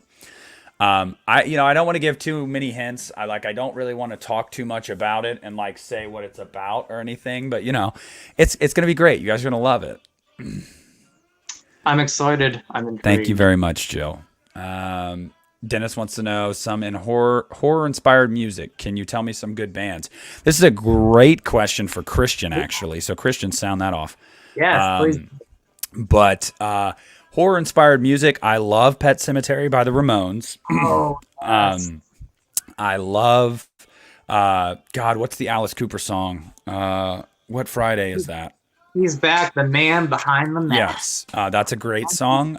You've also got Dream Warriors. You've got a lot of Rob Zombie music. He does music for his own movies that are honestly awesome. House of a Thousand Corpses, Devil's Rejects. Love those songs. I love, what was the one? There's a couple of them. Now, Poison Heart, Ramones, Pet Sematary 2. Love it. Not as strong as Pet Sematary, but Poison Heart was great. It wasn't made for the movie, but every time I think Poison Heart, I think of Pet Sematary 2. Yeah. And then a song that I work out to, and I do work out to this. I love Nightmare on Elm Street 4, Anything, Drama-Rama. Does anybody know who Drama-Rama is? Please, comments down below. Oh, Christian does. Yes. Woo! I know he does. I'll wait for him to say something in the chat. If he's still watching, he might not still be watching. Jill, shh. Don't tell everyone. They'll see. Who's Lee? What? Antonis, do you guys think no, I don't think his writing sucks. It's just dialogue. He can write a screenplay, like a story, but it's the dialogue sometimes. I think his writing could just be worked on a little bit, but I don't think his writing sucks. So. No. Dylan wants to know, have we ever watched any of The Last Drive-In with Joe Bob on Shudder? I have not. I have not, but I hear it's amazing. Yes, I hear a lot about it too. I used to watch Monster Vision on TNT. Loved it. There you go, Justin. Your next role. I'm not going to lie. Yes, I am going to be in Magic Mike 3. Just kidding. And Jill says you're leaking hotness too. Shoo. Thank you, Jill. Thank you. Let's see. Favorite Leprechaun movie? The first one. I always go back and forth. 1 or 2. I'm going to say the first one right now. Not in space? Not really. No, okay. Not the worst, but not the best of the franchise. Bottom of the barrel. Do you guys like watching horror movie documentaries? Love it. Yes. Love it. One of my favorite parts about the release from Scream Factory for Halloween 2 and Halloween 3 all those years ago is we finally got making ofs. I wanted to see that, especially for Halloween 3. So yes, love them. My favorite ones. The 4-hour documentary on Rob Zombie's Halloween, Michael Lives. Oh, yeah. Crystal Lake Memories is great. Halloween The Inside Story is great. Yes. Never Sleep Again is great. Yes. Yeah, I love them. I can't get enough. Same here. I'm trying to think of the old Anchor Bay 3-disc DVD of Evil Dead. There was a great documentary on there. Really loved that. I think it was called The Ladies of the Evil Dead. I'm excited for this new one coming out. Yes.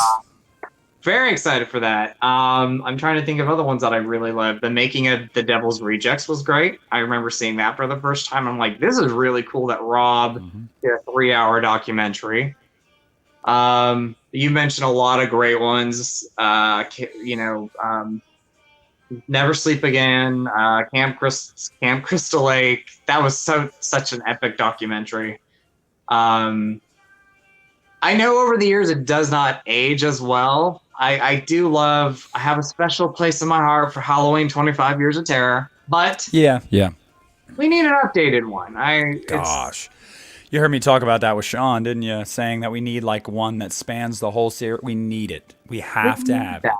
We need that. Listening to you guys talk about it last night. Yeah, it's not one of my favorites now. Obviously, we've had so many more great ones come out, more awesome ones come out. Um, yeah, that's one of my least favorites now. But at the time, Yeah. Oh, at the time it was awesome. yeah, and I still have it with the slipcover and everything. So, Yeah. Favorite Chucky movie? Child's Play 2. I'm gonna say Cult of Chucky. I'm just kidding. Ah. No, my favorite one. It might change. I'm gonna say the first Child's Play because I think that one had a little bit more of an impact on me. Um, but I love Child's Play too. I really love Bride of Chucky though. So who knows? Yeah. Justin's struggling. I am struggling a little bit. Favorite Puppet Master and favorite puppet. This is going to be super predictable. I'm sorry, guys. I'm not the biggest fan of that series, so I'm going to say the original and I'm going to say Blade. Same here. I do the ones I do have I either love or really enjoy, but it's not one of my favorites. Yeah. Jill says Never Sleep Again and Crystal Lake Memories are the best. Yeah, absolutely. Almost Brock. We need Rob Zombie's Halloween 3. I would love that. I would love that so much, but the ship has sailed. Yeah. Oh, Jill. Phew. What's next Monday's topic, Justin? Oh, I was thinking about this the other day. I don't know. You guys have to let me know what you guys think down below. But what about because it's summertime? I like to get my pina colada by the beach. Just kidding. I'm not kidding. If I could, I would. I'm gonna say, what about shark movies? Little summer. Why don't we? Why? Hey. Let's just make it summer horror. I love that summer horror movies. Because if you do summer horror, you can do sharks, alligators, piranhas. Slasher movies. So Yes. Oh yeah. horror movies. We're gonna do that. Jaws: The Revenge is my favorite, by the way. I'm just telling everybody right. Just kidding. It's not Jaws 3D. No, but I do have a special place in my heart for Jaws. Yeah, I do too, because my uncle looks like Dennis Quaid. So it's cheesy, but I love it. Yes, Dave. Jaws. I We'll be personally talking about Jaws. Dennis Quaid. I love Dennis Quaid and Jaws 3D. So there we go. Yes. Sarah says yes. Summer horror films. Jill says yes. There we go. Summer horror sounds fun. Everybody likes it. I know what you did last summer. Oh yeah, we'll talk about that. Of course. Come on now. Got to talk about my girl Jennifer Love Hewitt. I'm not going to call her by her nickname that some people call her, but I do love Jennifer Love Hewitt. I do love Jennifer Love Hewitt, but I'm more of a Sarah Michelle Gellar. Sarah Michelle. Oh, okay. We'll talk about that. We'll talk You about like it. Daphne. You like Daphne. Okay. I Yes. got you. Anaconda. Dave, yes, that's another one. Anaconda. Ooh, great one. That's a really good one. I mean, really good in the fact that it's like totally B movie, and I absolutely love it. Oh, So, yeah. Let's see. Oh, yeah. Good thing you're watching Sleepaway Camp tonight. Yeah, I'm excited. I have intentionally, for 30 years, or however old the movie is by now, God, what is it? Almost 40 years old? I have intentionally not ruined the ending for myself. I don't know the twist. I don't know it. That's good because I talked about it in a recent video of mine, and I said, if you have never seen this movie, if you don't know anything about it except for the title, do not. Yeah. look anything up. I skipped. I was like, no. Oh, yes, she is. She is a goddess, but I will tell you guys, Scout Taylor Compton will always have my heart. She is so beautiful now, too. I mean, she always has been, but she is really, really grown into, like, I love Scout Taylor Compton. I do. And Danielle Harris looks freaking fantastic for being in her 40s. She is beautiful as well. Yeah. Let's see. Well, we'll be talking Piranha 3D, I'm sure, next week, won't we? We will. Are there any horror conventions in state? Oh my God, guys! Oh, this. Thank you for teeing this up, Antonis. Yes, Horror Hound comes here at the Sharonville Convention Center in Ohio. So that's always in this area. But I got to talk to you guys about something. If you did not watch the podcast episode on Christian's channel, the You Need a Horror podcast with Sean Clark told us that Jamie Lee Curtis will be back at conventions for Halloween. When she did the convention a few years ago that everybody talked about because she swore it'd be the only one she ever did. You remember the Night She Came Home featurette? Yeah. Everyone was like, oh my God, she never does these. Sean Clark told us before COVID, she was actually in the process of getting ready to sign a contract to appear at multiple conventions. And COVID hit. And it all went by the wayside, but he said he was texting her a few months ago, and she's still interested. They just want COVID to go away. Get a damn vaccine. But yeah, you're good. Keep talking. So Keep talking. Justin watched the episode, so he's aware. But everybody in the comments, guys, JLC is going to be back at horror conventions. I have to go. Okay. So I just want to let you guys know, start saving your money if you want to meet Jamie Lee Curtis, because she will be back at the conventions and it won't be that long. She's not going to do a lot of them. So if you want to meet Jamie Lee, you better make sure you find your way to one of those conventions when they're announced. Oh my God, he has met the woman. He's met her. I have. I went to that convention.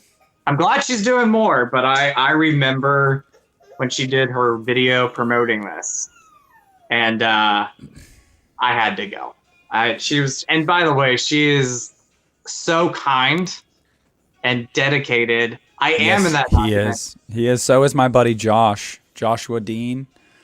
He's in it as well. That's crazy. But you know what? Almost 10 years later, I loved meeting her. But I question my looks from the past because if you probably don't see it, but I used to rock sideburns. Yes. And I remember them. No beard at this time. So, but yeah, I had to show that off real quick. So. Yeah, Jill's jealous, Justin. There you go. Well, I hope you all get to meet her because she was super sweet. I mean, Sean Clark got to take a pee in her bathroom. Like, that was awesome. That's awesome. I know. Got to hang out at her house. I wanted to be like, hey, so where she live exactly, Sean? No, I'm just kidding.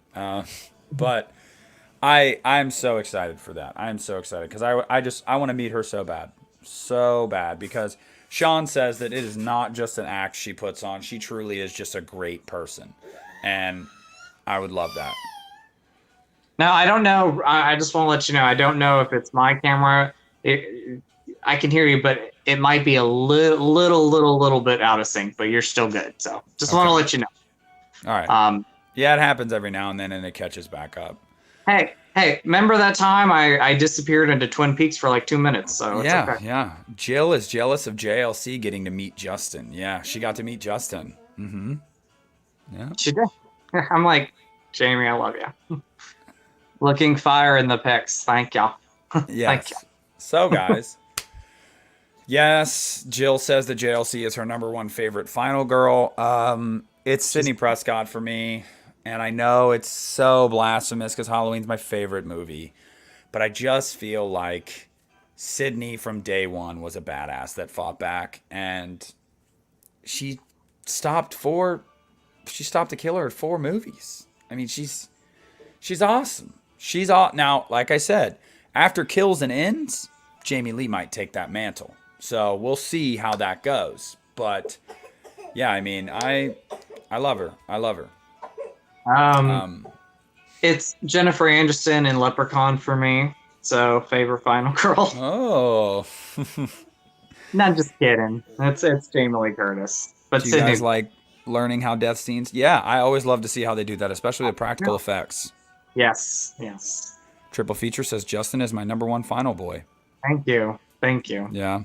Yeah. Me too. Me too. I don't know. He comes. He's. You know, it switches from day to day. Some days it's Justin. Some days it's Christian. You know, I don't know who's the best final boy in horror. I mean, Final man, final guy. I think it might be my favorite between you and Christian. So. Oh yeah.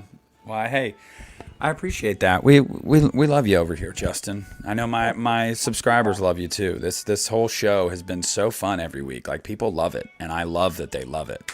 Yes, I love it too. I have a blast so much.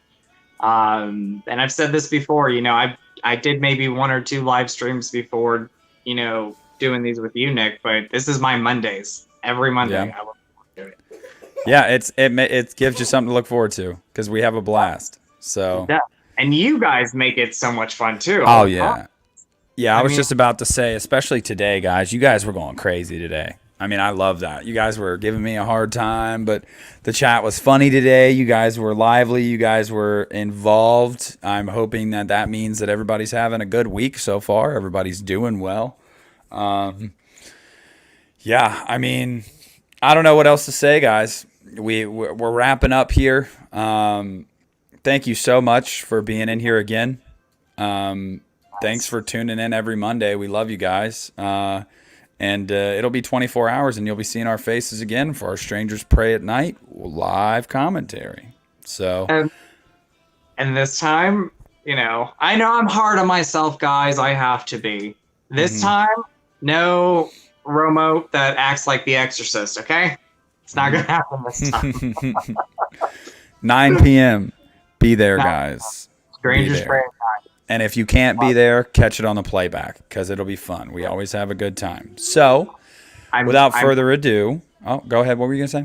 I'm gonna wear my Hawaiian clothes. Oh yeah? Yeah. There you go. I'm just kidding. I don't know if I have Hawaiian clothes, but I'll try to come up. Do it. No triple feature. I don't love 31.